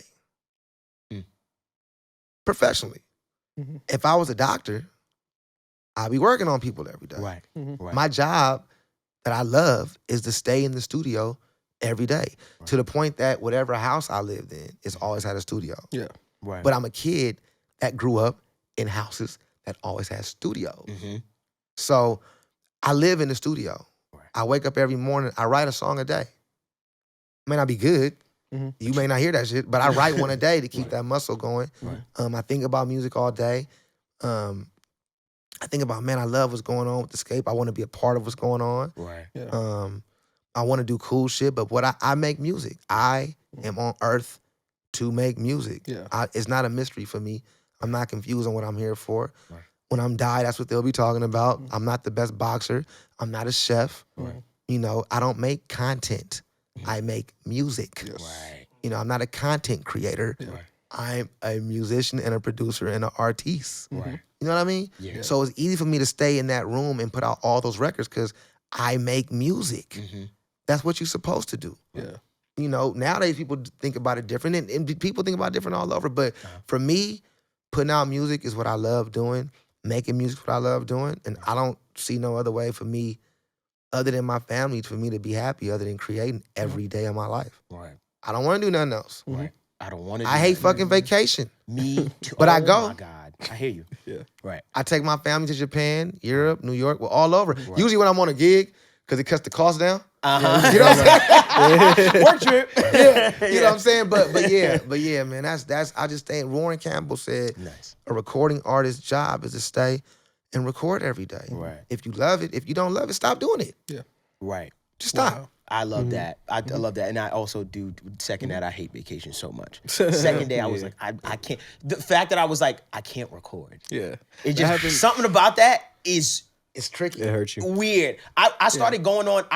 By the way, I went on a deep dive of Michael Brower just because I just needed to be connected, like the engineer Michael Brower. I said, let me learn about Michael Brower. I just need to be connected. Like my wife, she's chilling with me, and then she's like, here he goes. Like I said, I gave you 2 days, baby. I gave you 2 days. Enjoy yourself. He's like, come on. Just sit by the pool. But I just need to be connected. I'm obsessed. Like this is why, and this is a good way to. If you have any more questions, I got you. But this is a good way to kind of like wrap things up with you. Is that one of the main reasons we kind of created this podcast, I'll speak for myself, and of course, is because I was already doing this with them, right? Or I love to talk to people that do this already. Like, I love this. Like, I like to study what people are doing, and like, just now that we've been able to be blessed with being afforded access to people like you that care about what we have going on, I just want to have a conversation. Whether this platform was here or not, like, I would, if I had the opportunity just to sit with you, like I'm sure a lot of people watching, to just sit with you and just pick your brain on just life and just what you've done, it's just so expensive, if that makes any sense. Like, it's so valuable, like, to the audience. So I just want to say thank you so much for just taking time out your day just to come through, bro, and like just kind of be here. And by the way, And I hit him. Yeah. I was like, man, your shit hard, bro. I don't even be on. It's the real. 'Cause everything made sense. When I saw the engineer, because first because for some reason on my feed, I've been looking, on your Instagram, whatever you're looking at. So I've been looking at engineers, and then what triggered me to dive into what's going on with the new line of engineers is I saw a thing where it was a conversation where some engineers felt like they should get credit or points. I think it's the or points thing. production or something like that. And I was like, that's an interesting take. Let me hear what they're talking about, right? And there was so much dumb shit said that didn't make sense by a lot of engineers. Right. There was so much wrong things said by people that didn't study and don't really, they're just saying these words and not understanding what these words mean. And it's a lot of the artists' fault as well. It's not nobody's fault. The problem is with all these schools like Berkeley and Full Sail, they're not really teaching the proper information and the proper studio etiquette. Because the teachers aren't in the fucking field. So they don't know what we do. Yes. Because they're looking at blogs and Instagram posts of what we do. Because these schools don't hire real ones. Right. They hire people with degrees. Degrees don't make you real. It means you paid to go to another thing that they're going to charge some other kids to take advantage of. So you got fucked too. That's where it starts there. Then I go to the post and I see all this fucked up information on why this guy feels like they should do this. This person feels, and everybody has. I have children. So I understand everybody's point. Don't mean it's right, but I listen. I say, okay, I see how they could think that. It's wrong, But I see it. That's why they're frustrated, because somebody up top knows it's wrong. Yeah. But some things are different. Yeah. You know, that's too much of a conversation to get into. But But some things are different. But that drove me. I said, man, let me just start looking. And when I'm looking on that, I saw the Ali interview or something. Yeah, when we interview Ali. Yeah. But I saw something before Ali though, because when I saw Ali, I was already like, oh, Ali know them too. Oh wow! Ooh, you was it? You watching for a long time? Yeah. That was a while ago. No, it was Ali. Then I went back. It was Ali. Was it Swag? Okay. Yeah. I saw Ali. Then Okay. I said, I know for sure. Right. He not gonna do nothing that ain't real. Yeah. Right. Because Ali has what I call a positive disadvantage. He only knows the real shit. Yeah. Yeah. Right. Understood. He don't even got an option. Right. He only gonna do it the real way. Yeah. Right. That's it. Right. And he only gonna be around motherfuckers that do it the real way. Right. You know, so that's when I gained the trust. I said, oh, okay, let me call him, because I feel I got some game that I could really help out a lot of the younger engineers, particularly, because I see what's going on. Right. You know, and I work with a lot of artists that do depend on the engineer for everything and don't want to give him no motherfucking credit. Yeah. You know, I had to check the fuck out of an engineer for thinking I was one of these kind of producers. Right. I seen it. I don't know if this is the rant you was referring to when I No, see that's you online. another That's rant. another one? Oh, Okay. shit. All I'm right. only angry about these things. Okay. Things I'm passionate. Because for me, because I know the new wave of engineers. Right. She was right there. I'm very clear. I say, hey man, we never worked together, which is kind of weird. I don't know why I'm here, but I'm helping out a friend with a record. But I don't work with new engineer because I don't want to. I don't have time to build. Right. Yeah. I hear you. Like, get the idea out. You know what I'm saying? Right, I don't have time to build, and I just move out the way, become my second, respectfully. Right. You know the room, know the patchway, and all that. Cool. I'm at the desk with my keyboards, face towards me, and I'm faster. Right. Yeah.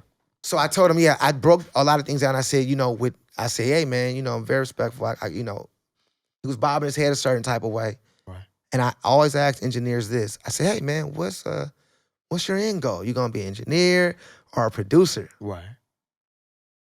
I ask for a reason. I don't need another producer in the room with me. Yeah. So once you answer this question, it tells me how the rest of the night's gonna go. Right. He said, yeah, man, I'm engineer, man, but I produce as well. I said, fuck. Damn. Okay.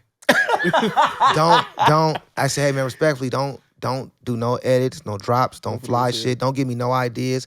Don't add your favorite plugins. Only use the stock program. Only use the stock Pro Tool plugins so I could call the session up at my own house and do my own thing. I'm very detailed because can't nobody ever catch me up, bro. Right. I did that for no. You shut up. Wow. I Shut hear the you. fuck up with that. You had to ain't do protect nothing. yourself. Right. I never had an engineer gave me such a great idea where it made the song go far. Right. And I'm not saying it couldn't have, but I don't need you for that, bro. Yeah. Understood. I need you to be the best motherfucking tracking engineer to make this shit track, because that is part of the process. Right. Do your It's job. part. Just do your job, because I'm doing my job. Right. I'm not going to the after party with all the entourage, because I'm not the artist. I'm eating these cold ass oranges with you, waiting for the mix. But regardless, I left the room Wow. and I came back. And I heard the beat playing. I said, the music shouldn't be playing while I'm in the bathroom. Because I was clear with that. Like, hey, don't even play while I'm gone. And unless I tell you, do some crossfades. Right. Blah, Clean blah, it blah, up. blah, blah. I'm very, To the point. Right. it's not a game, bro. Yeah. This is almost 30 years in with this engineer shit with me. Right. So I'm like, blah, blah. And I left the fucking room for maybe 10 minutes. Because at this point, I'm hearing the music and I'm like, I'm going to let him fuck up so I can help him. I see he didn't listen. You got to listen. So I walk back in. He's bobbing his head. Artist is there. Everybody's bobbing her head. Right. This is my first time working with this artist. And, this is probably not etiquette what I'm about to do. Yeah. Right. But once you break a rule with me, Mm-hmm. you give me the option to go to a whole nother thing. Right. Because we discussed all this, and I've been totally respectful. Yeah. Now you saying fuck me and fuck my family, because I do this for a living. You trying to steal now. Engineers that call themselves, you trying to steal. You trying to do an edit so you can argue a point. You trying to do a drop. You trying to fly a hook saying you vocal range. Anyway, another day. Never thought of. I pay attention to y'all. I'm on y'all. That's why I'm here. I'm not gonna lie. That was some serious game, though. We've been in that. Hold on, let me tell you what happened though. Yeah, what happened? Yeah, I wonder. Like, Because you know it's a new era Yeah. where if you holler at somebody, it's this, it's that, that, and everybody's human, so you know. Yeah. But respect is motherfucking respect. And once you come in between the process of feeding my children, all bets is off. Right. Yeah. I don't do the new politic people do. I do human politic. And if you a man, I do man politic. I'm talking to you in your eyes. We're talking. Right. Yeah, because he was talking to me in my eyes the whole before he did this edit. So I came back in.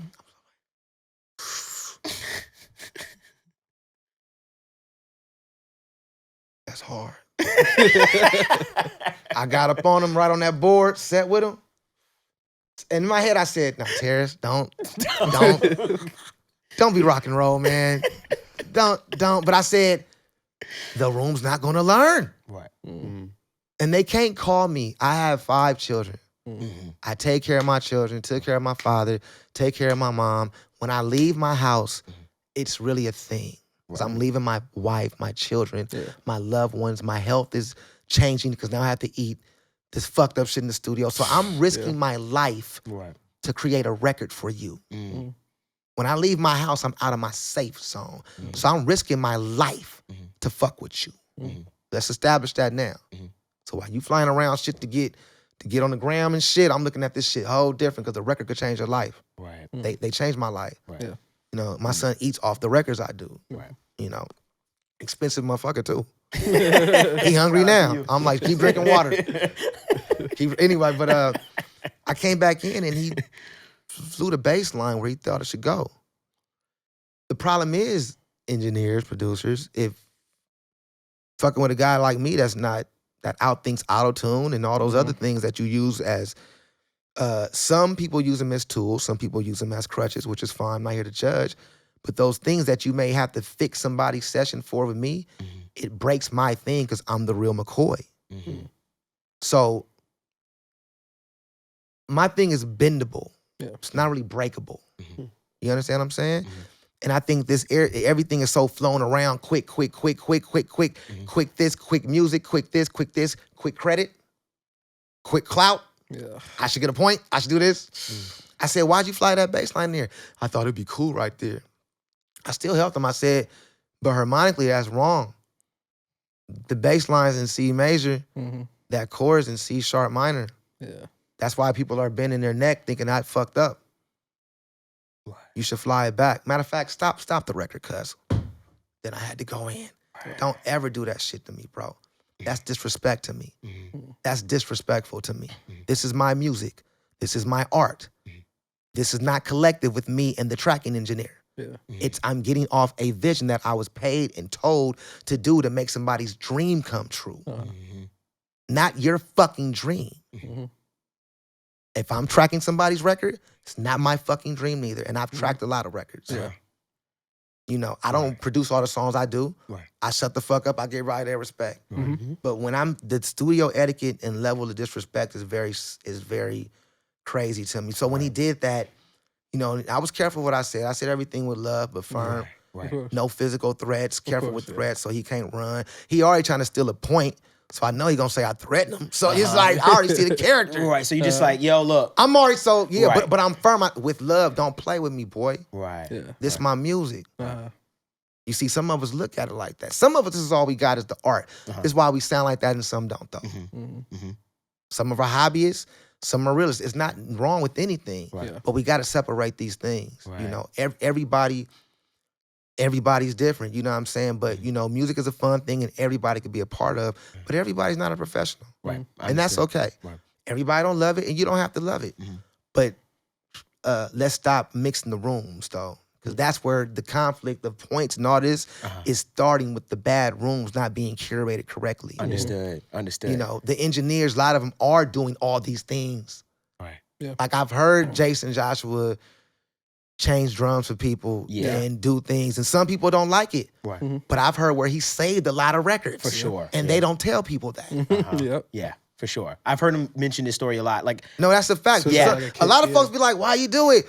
But a lot of the folks that he helped, they need to say, because of this, because the tracking engineer didn't understand signal flow, or we can't find the fucking stems because everybody's lying saying they did it, and they sent me a stereo thing of the drum. They tried to recreate it, but it's not the same drum because they're fucking lying. Yeah. Well, I feel like a few engineers we've had here, all of them have mentioned like sometime the producer will send the stems and you'll be like, but they'll always listen to the reference, be like, this shit different, hold on. And be like, yo, this sound different, I don't know what's going on, but let me know. It's like, oh, the producer tried to sneak something in. You're not gonna say the mix is messed up because somebody fucked the stems up. Yeah. No, if you're a mix engineer, you should be mixing the record. Yeah. That's it. You know, if you're a record producer, you know, then you get in the sound replacement. Sound replacement is so personal. Yeah. Right. Absolutely. Sound replacement is like, You're changing this. we all don't have sex the same way. Right. It's a good way to put it. Yeah. You know? Seriously though. We all have sex different ways, No, bro. but you know what's crazy? We all hear 808s different. Absolutely. That's very true. That's very true. Yeah. all hear Can I 808s be different. honest? That's true. I'm tired of that damn plug 808. Y'all be trying. Oh, What plug 808? You don't know what the plug 808 is? What the hell is that? I'll play it for you after. I'm Playboy Cardi records. You ain't heard the same. Hey, the best 808 808s in the game come from Hit Boy and Mustard. Oh my god. Period. Bro. Yo, Bro. Period. Hit Boys. Hit Boy and 808s. Mustard got the best 808s Shit. in the game. And I'll take and that. Mustard got the best snap in the game. oh, yeah, hell without a yeah. doubt. That snap, The you best like, snap bro. of all Snap time. be hit. Sonically, when he was at that run, the run before, and I'm not sure. I think he's that moment when you saw my 5 years ago. He sold his catalog, if I'm not mistaken. Yeah. Yeah. So that run up until then, that crate with Kid A, Chris Brown, like Oh, yeah. that. Come on.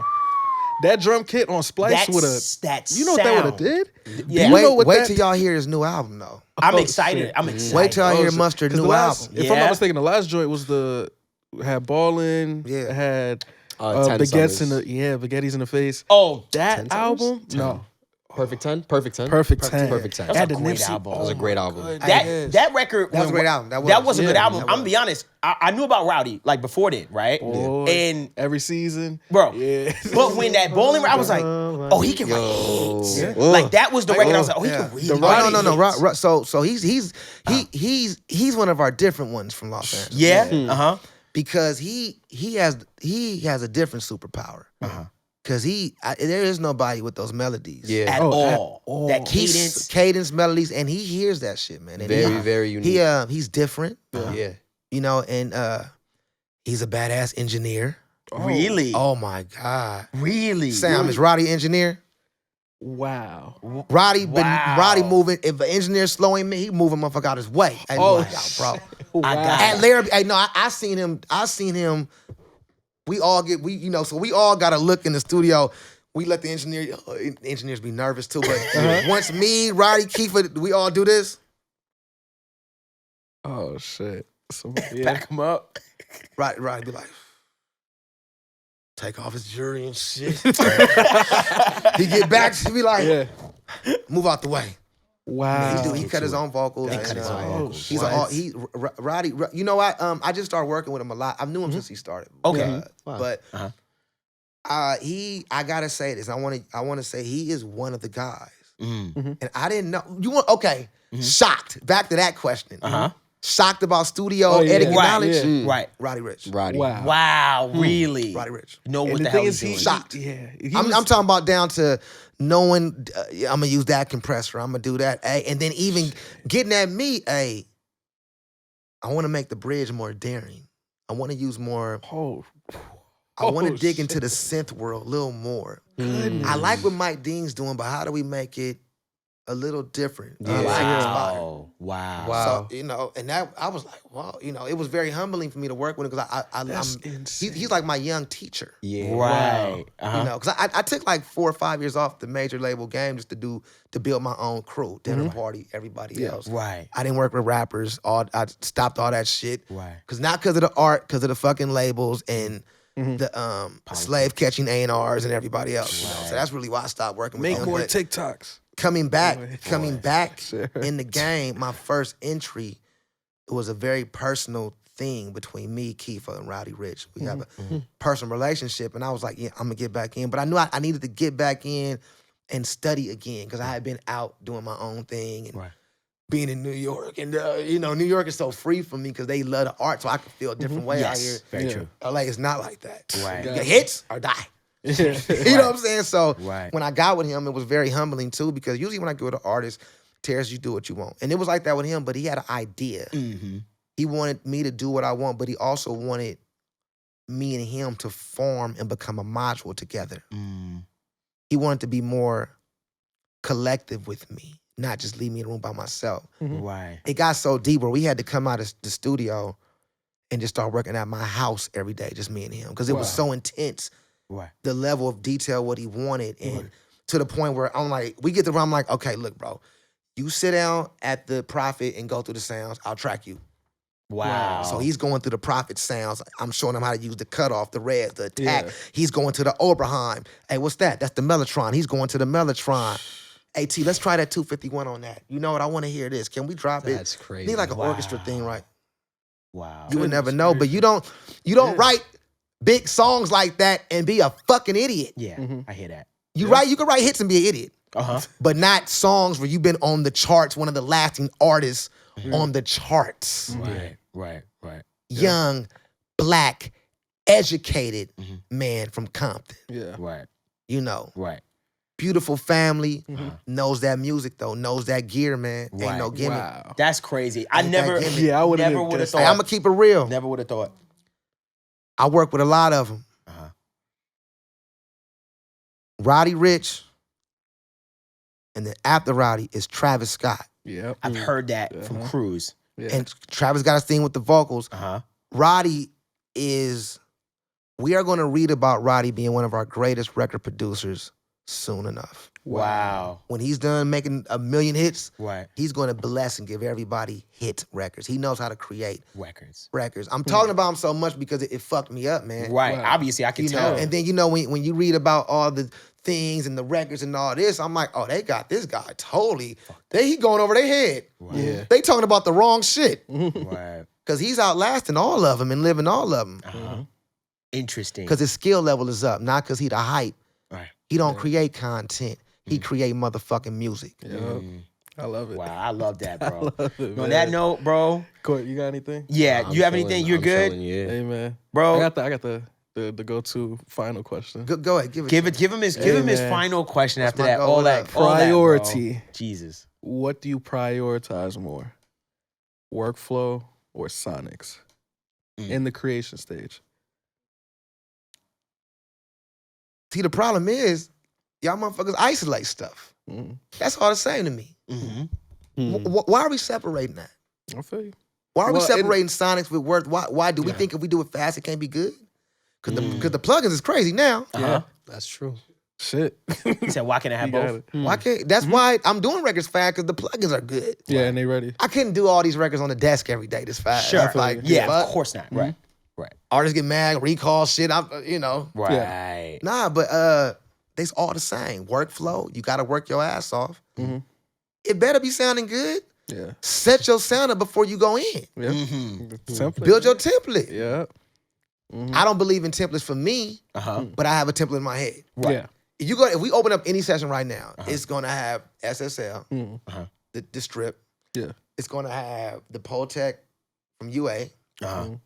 And it's gonna have now I just got a new reverb. Seventh Heaven. Seventh Heaven. Bricasti.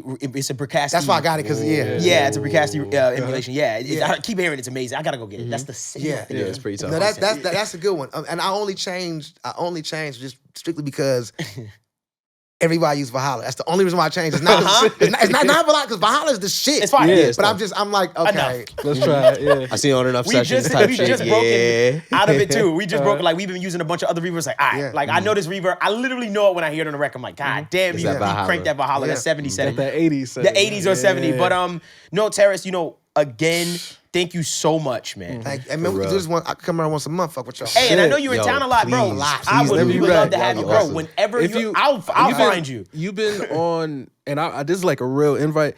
You've been in like what you did with Gallant, what you did with Alex, what you did with James. I would love to have you James sit too, with yeah. some of them and just break down the projects that you do and shit like that. Anytime we could do that. If Yeah. y'all, man, y'all should come to one of the shows we doing this week. Me and I love James. to. The Oh, say less, I yeah. got y'all. We Let me here. know what's up. I did see you. James is gonna be, you know, every you and night. James We performing. tonight, yeah. You come see this Nice. shit. Oh, Okay, I'll yeah. do sidebar about that. Yeah. We'd love to come out Bring to the that show. wife. Say less. yeah, That's a man. vibe from It's yeah. love Yeah. songs. Yeah. I was For like, sure, yo, I ain't gonna lie. I was for like, good luck. You gave me something Sidebar. like, No, I'm let gonna me keep take it you real. somewhere. If you a single dude out here being a player, coming to this show, Right. Oh, you you gonna gonna feel leave us- weird. Yeah. You're gonna look like a fucking pervert at this show. Cause motherfuckers holding hands, crying, talking about we made up and we Right. happy and shit. And, Right. you know, we talking about love on that stage, man. We talking about making love.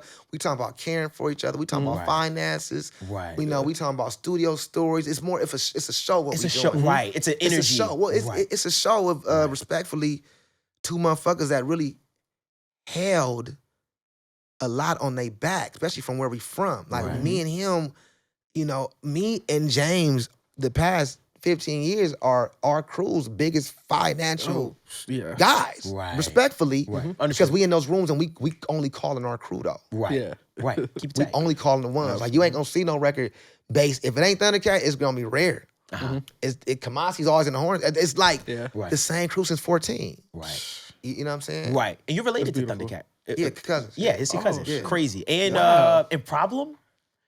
Is it Very, brothers, like brothers. that's your yeah. brother. Got you. Oh, Okay, cool, got you. I seen that somewhere and I was like, wait. I was like, Brothers from different mothers, but every way. that's your But- peoples. I ain't gonna lie. I always, he hate when I say this. Uh-huh. Cause his family look like my family. And we kind of from, like, his grandfather is like from like, they, you know, they stayed over there like off, you know, like Manchester, over there by Dukes. Y'all don't know. Yeah. We from New Anyway, York. but either way it go, his grandfather stayed in an area of the neighborhood that I'm across the street, grew up in this same area, my family. So it's like, you know, and his last name is Martin. Right. All these, it's like it's weird. Wow, Even okay. some of the things he said, we used to be like, Tyson be like, bro, did anybody's grandfather fuck anybody? Did anybody fuck? You know what I'm saying? But let me say about now him. Another one. Word. What? Producer, mix engineer, tracking engineer, songwriter. He's the baddest though Yeah? at the engineering shit. Interesting. He taught me how to work Pro Tools. Wow. He's the baddest Right. because he know how to do the whole beat and everything Right. in Pro Tools. Right. Oh shit. His sidechain game has been fucking crazy. Right. Yeah. You know, when I met him, he wasn't even a rapper. Right. He was, when I met Problem, we was battling Okay. in a way, Uh-huh. in my head. Right. Yeah, I get what you're saying. Really calm. I went to his crib. Uh-huh. He had a drum machine. That was the thing back then. Like, yeah, you got a drum machine? Like, yeah, I got one. I heard about you. But I was different. I was already competitive. I was like, he like, you got drum sounds? I'm like, nigga, bring your drum sounds up. I'll use yours. Accents. Yo, let me see, got FaceTime. Hold on. Yo, I'm so Hold on. dead. Hold on, Yo, let you me got see. to. Yeah. You're to say like, nah, just bring yours. I'm good. I work with anything. That was the vibe. Yeah, I Oh can my see goodness. it. Let me see what you gonna So I fuck up. said, I work with anything. I don't need them drums. I don't need my Let me stuff. see you Oh gonna my pick up. goodness. To show up That's to like you- produce in it's somebody's like you crib pulling with up. none of your stuff is crazy. Oh, damn, YG. Uh-huh. The Compton guys. Yeah. Yeah. The Compton guys. Uh-huh. The first time I saw 2 computer screens with Pro Tools, it was Problem's house. And everybody used to go to Problem's house. Kendrick, everybody used to go to Problem's house. Wow. Tyler, the Creator, was at Problem's house. Like, everybody used to go to Problem's house. Like, Goodness. That's so random. you never know. See, but that's like that internal That's like city. a- Like you from there, so you know those stories. Like, of course, we in New York. We ain't hear about none of that stuff. Like, I ain't know about Problem like that. You know what I mean? I know Problem from when I knew Problem. Yeah. Right? Hey. I'm Thanks so doing this much. podcast, cuz, with the homies. I'm in New York. What's up, man? What's going on, bro? Bro. They brought your name up, and I was telling them how much of a bad motherfucker engineer you are. Oh man, come on. I was telling you taught me the first time I saw 2 computer screens. Where was it at, Pete? 3rd Avenue in Compton. And I was like, how you get those? This was, I mean, there wasn't no flat screens though. Right. It was How right. you get those? Right. And a homie had hit some lick, and he knew I was doing music, so he just brought over all the music shit. Let me go through it. That the same homie that you bought me all those drum mics? Yep. Yo, shout out to him. Shout out to him. All the drum mics. He don't know when he started. Like, he started the revolution. And what are your what are your what is your vocal chain looking like these days with plugins? Bring it to the mic. Put it to the. You can put it to the mic. Yeah. Well, for me, I like to keep it very, very, very simple until it gets to the mix engineer. Basic R compressor, basic 5-band, the stock shit, and just record very, very low. So that way when the engineer gets a hold of it, they can have full control. Wow. Below 0 for you dumb fucks. Very low, man, because there's no point. Like, it's all artistic at the end of the day. My performance, the engineer's performance, and the mixing, the master. You got to let everybody have room to grow. You can't just be delayed all out, sending niggas shit with hella compression, all that crazy shit. Fucked up everything. Love you for that. Hey, Good I'll shit, call you bro. later. That was big. Thank you. That's crazy. All right. Shout out to him, man. Random, but amazing Yeah. sentiment, bro. Shout out to bro. I'm glad. I'm gonna would've have never- clip yeah, though. that I'll make sure was Zaya wavy. clips Yeah, that that was- just that because was that's OD. fire. Just to hear from someone like Problem and just hearing like what you saying, like, yo, he was the guy. Like, you know what I Bro, mean? let me Just tell you, in the bro. city. Edits and Right. drops and making the thing go like this was early when people was going like the stuttering shit. Yeah. Or like, let me keep it real, like before. First of all, you know what I love what Drake and 40 and them brought to the game? Those motherfucking mutes. When the beat get muffled, the beat could be just a loop, but when the beat get muffled, low pass, Drake and them made it act as like a bridge. That was so genius to me. Yeah. Simple. See, that's Drake shit to me. Like that was Right. oh, that's creative. Right. When keep the song going, but just mute that. I mean, just every song Drake, when it get to his part, that mute. But I was hearing Problem do that a long time ago, and everybody was like, "That's why you do that to the beat? Why you do that to the beat?" Wow. Why, even me, I was like, "Don't mute the beat. Don't muffle it." Right. Don't muffle it. And then Drake come out now, be like, "Hey, bro, can you do that thing at the 8 bars? You do the high pass filter before You muffle my shit. You know what I'm saying? You know, That's wild. But you know, shouting 40 bad motherfuckers. Yeah, hell yeah. Boy Big Wonder, fan. bad motherfuckers. Yeah, for sure. Yeah. Straight up. You know Right. what I'm saying? Right, You know, right, but right. Shout out to all that those mute guys. shit, you know. But problem is, ain't no he's from Compton, bro. And Dr. Drake's from Compton. And DJ Quick's from Compton. So why the fuck wouldn't Compton produce the best engineers in the world? Right. Of That course. teach the best engineers in the world. Very true. Yo, bro, you know, I meet so many people that have that Dr. Dre story. And but it be shit like that when you say, yo, he said just turn it up. And it's just like shit like that. Let me call quick and ask him one question. Okay, Gotcha. okay. Oh, we with it, I'm man. super with it. I'm gonna say one. Give me a question to ask him about some crazy shit. Something nerdy. I got one. Something nerdy. Oh, let's go with Nerdy. yours. Let's go with yours. Give me your nerdiest shit. The nerdiest shit. nerdy. Okay, I'd be like, if I told you that I wanted to get the kick to cut through more, what would you do? Here we go. Because I feel like I want to know what he says. Oh, he about to fuck you up. You wanted a kick to cut through more, what would you do? I'm fucking dead want to know. Bro. If he pick up, he probably gonna pick up. All good. Yeah. All good. Let me see his eye. Like I see. Niggas be in sessions and stuff. That's wild. Man. He might not pick up. He in a session or he just doing something. You hit me back. It's all good. It's all good. Y'all gotta get Battle Cat on here. Man, we bro, love to. you know that's what we want, and we just want to talk shop, bro. You know, like nothing, no. Salam Remy. Salam. Yeah, crazy. Goodness, great. I just watched the random, but I got surprised and Shorty took me to the Amy Winehouse. Oh yeah. Movie, the premiere. Yeah, and I saw I didn't know he did all that shit. You know, Terrace. You know, again, thank you so much for coming to the show. Man. Of course. Thank you for everything, though. Clap it up one time for real. Terrace. Hey. And say that man name right. Come on, Terrace. Terrace Martin. man. Snoop still calls me Terrence. He still call you Terrence?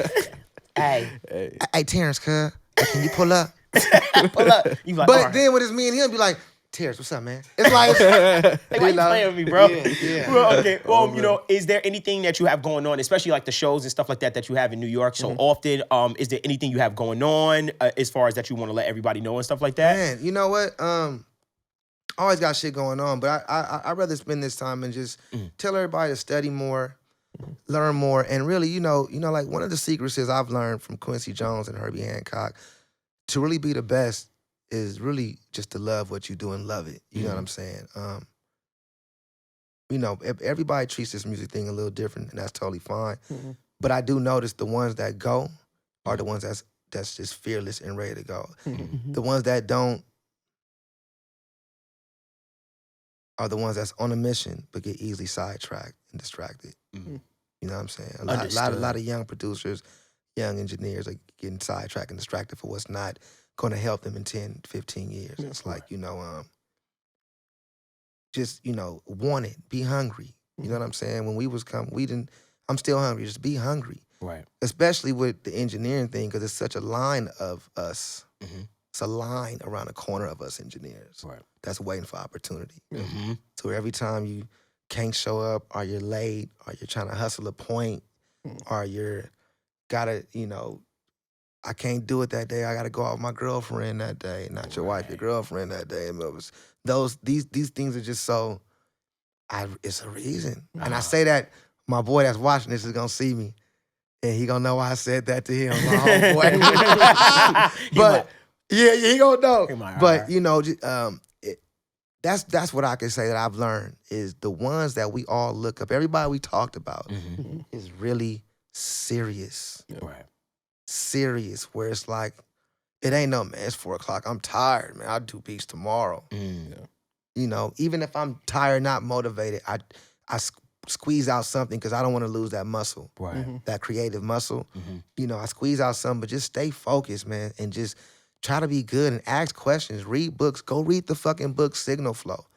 Don't just depend on Berkeley and these folk sales. Those are the best things about those schools is meeting friends and building a network that's going to help you when you leave that punk motherfucking school. Yes. That's it. Yes. That's it. Yes. Nothing else is going to help you from there.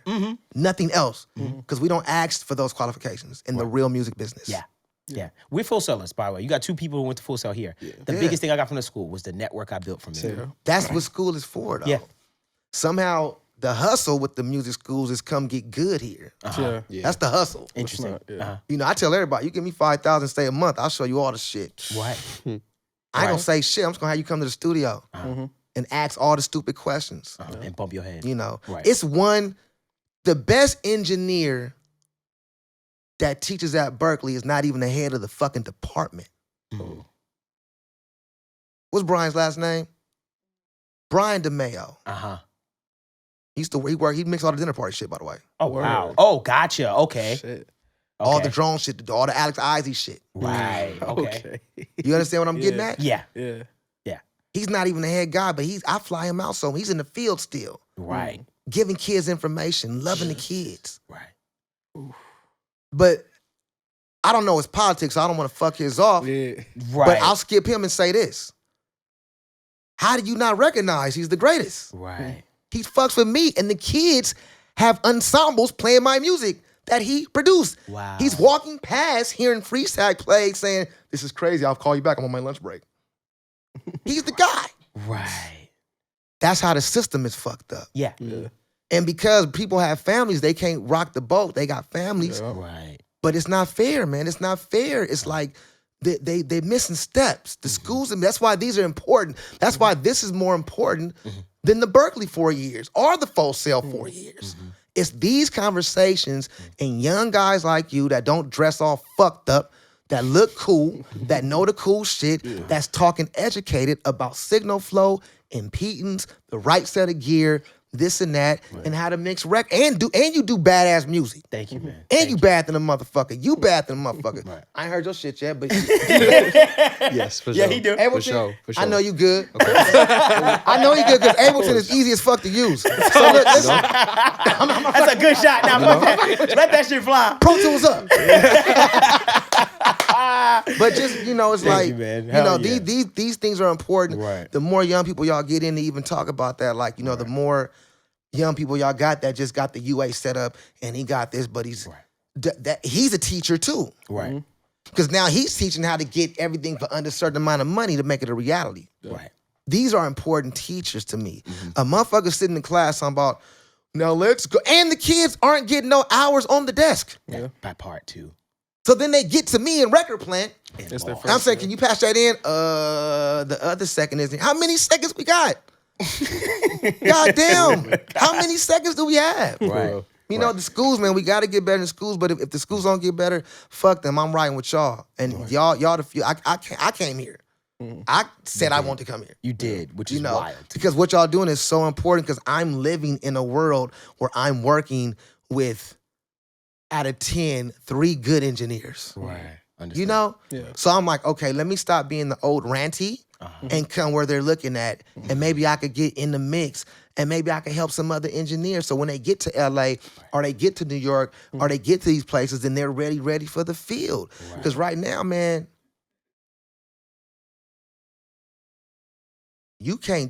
I can't believe you if you say my boy just got out of Full Sail or Berkeley, he's ready to even start. Right. I'm not saying ready to go full. I don't expect you to go full-fledged, but Yeah. ready to even start. Right. Right. These motherfuckers don't even got solutions. Right. Brian at Berkeley, he's a solution-based engineer. Right. When I say, bro, my shit is fucked up, what's the problem? Turn the phone around. Okay, hang up. Let me go into your computer from where I'm at. Let me see. Okay. Give me an hour. It's right here.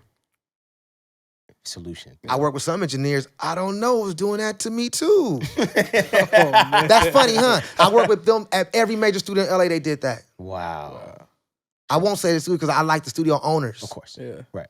But that's taking advantage of me too. And if they don't get the shit right, I'm gonna say their name and fuck them off too. Because everybody want to scam on my fucking money. Right. Right.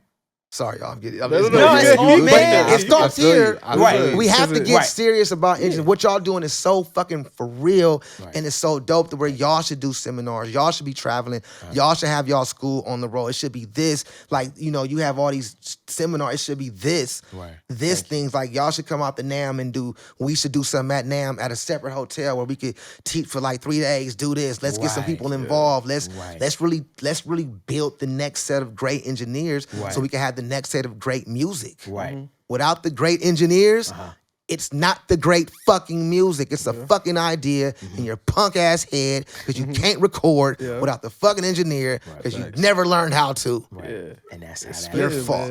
The fact, let me tell you something. This is Bummer. a very, I'm going to mark this episode and this moment. That's a very profound moment because we do have a plan and we have something that we feel like gives back in a major, in a huge way, being that we're full. We've been through the reins, right? Like we're both full sailors. We know how that works and stuff like that. And this is why we have these conversations with people like you, because I'm like, I want you to hear from their mouths. I don't know if even our fans notice, even for me on my channel, I do tips and tricks and stuff like that still here and there, but you notice me majorly slow down because I started to get access to people like you, like, listen to fucking him. Like, you understand what I'm saying? Listen to him. This guy's doing it, or this girl's, in the field doing some of your favorite records. Listen to them, hear it from them, and then I like to be, or us to be that medium. Like, where it's like, yo, we good. Like, they valid. Like, I bang with them. Like, they not weird, or, because some people, of course, you meet some people, they're not really friendly, or, you know what I mean? Or don't even see what we got going on, or understand it. You know what I mean? Like, a lot of people don't understand it. But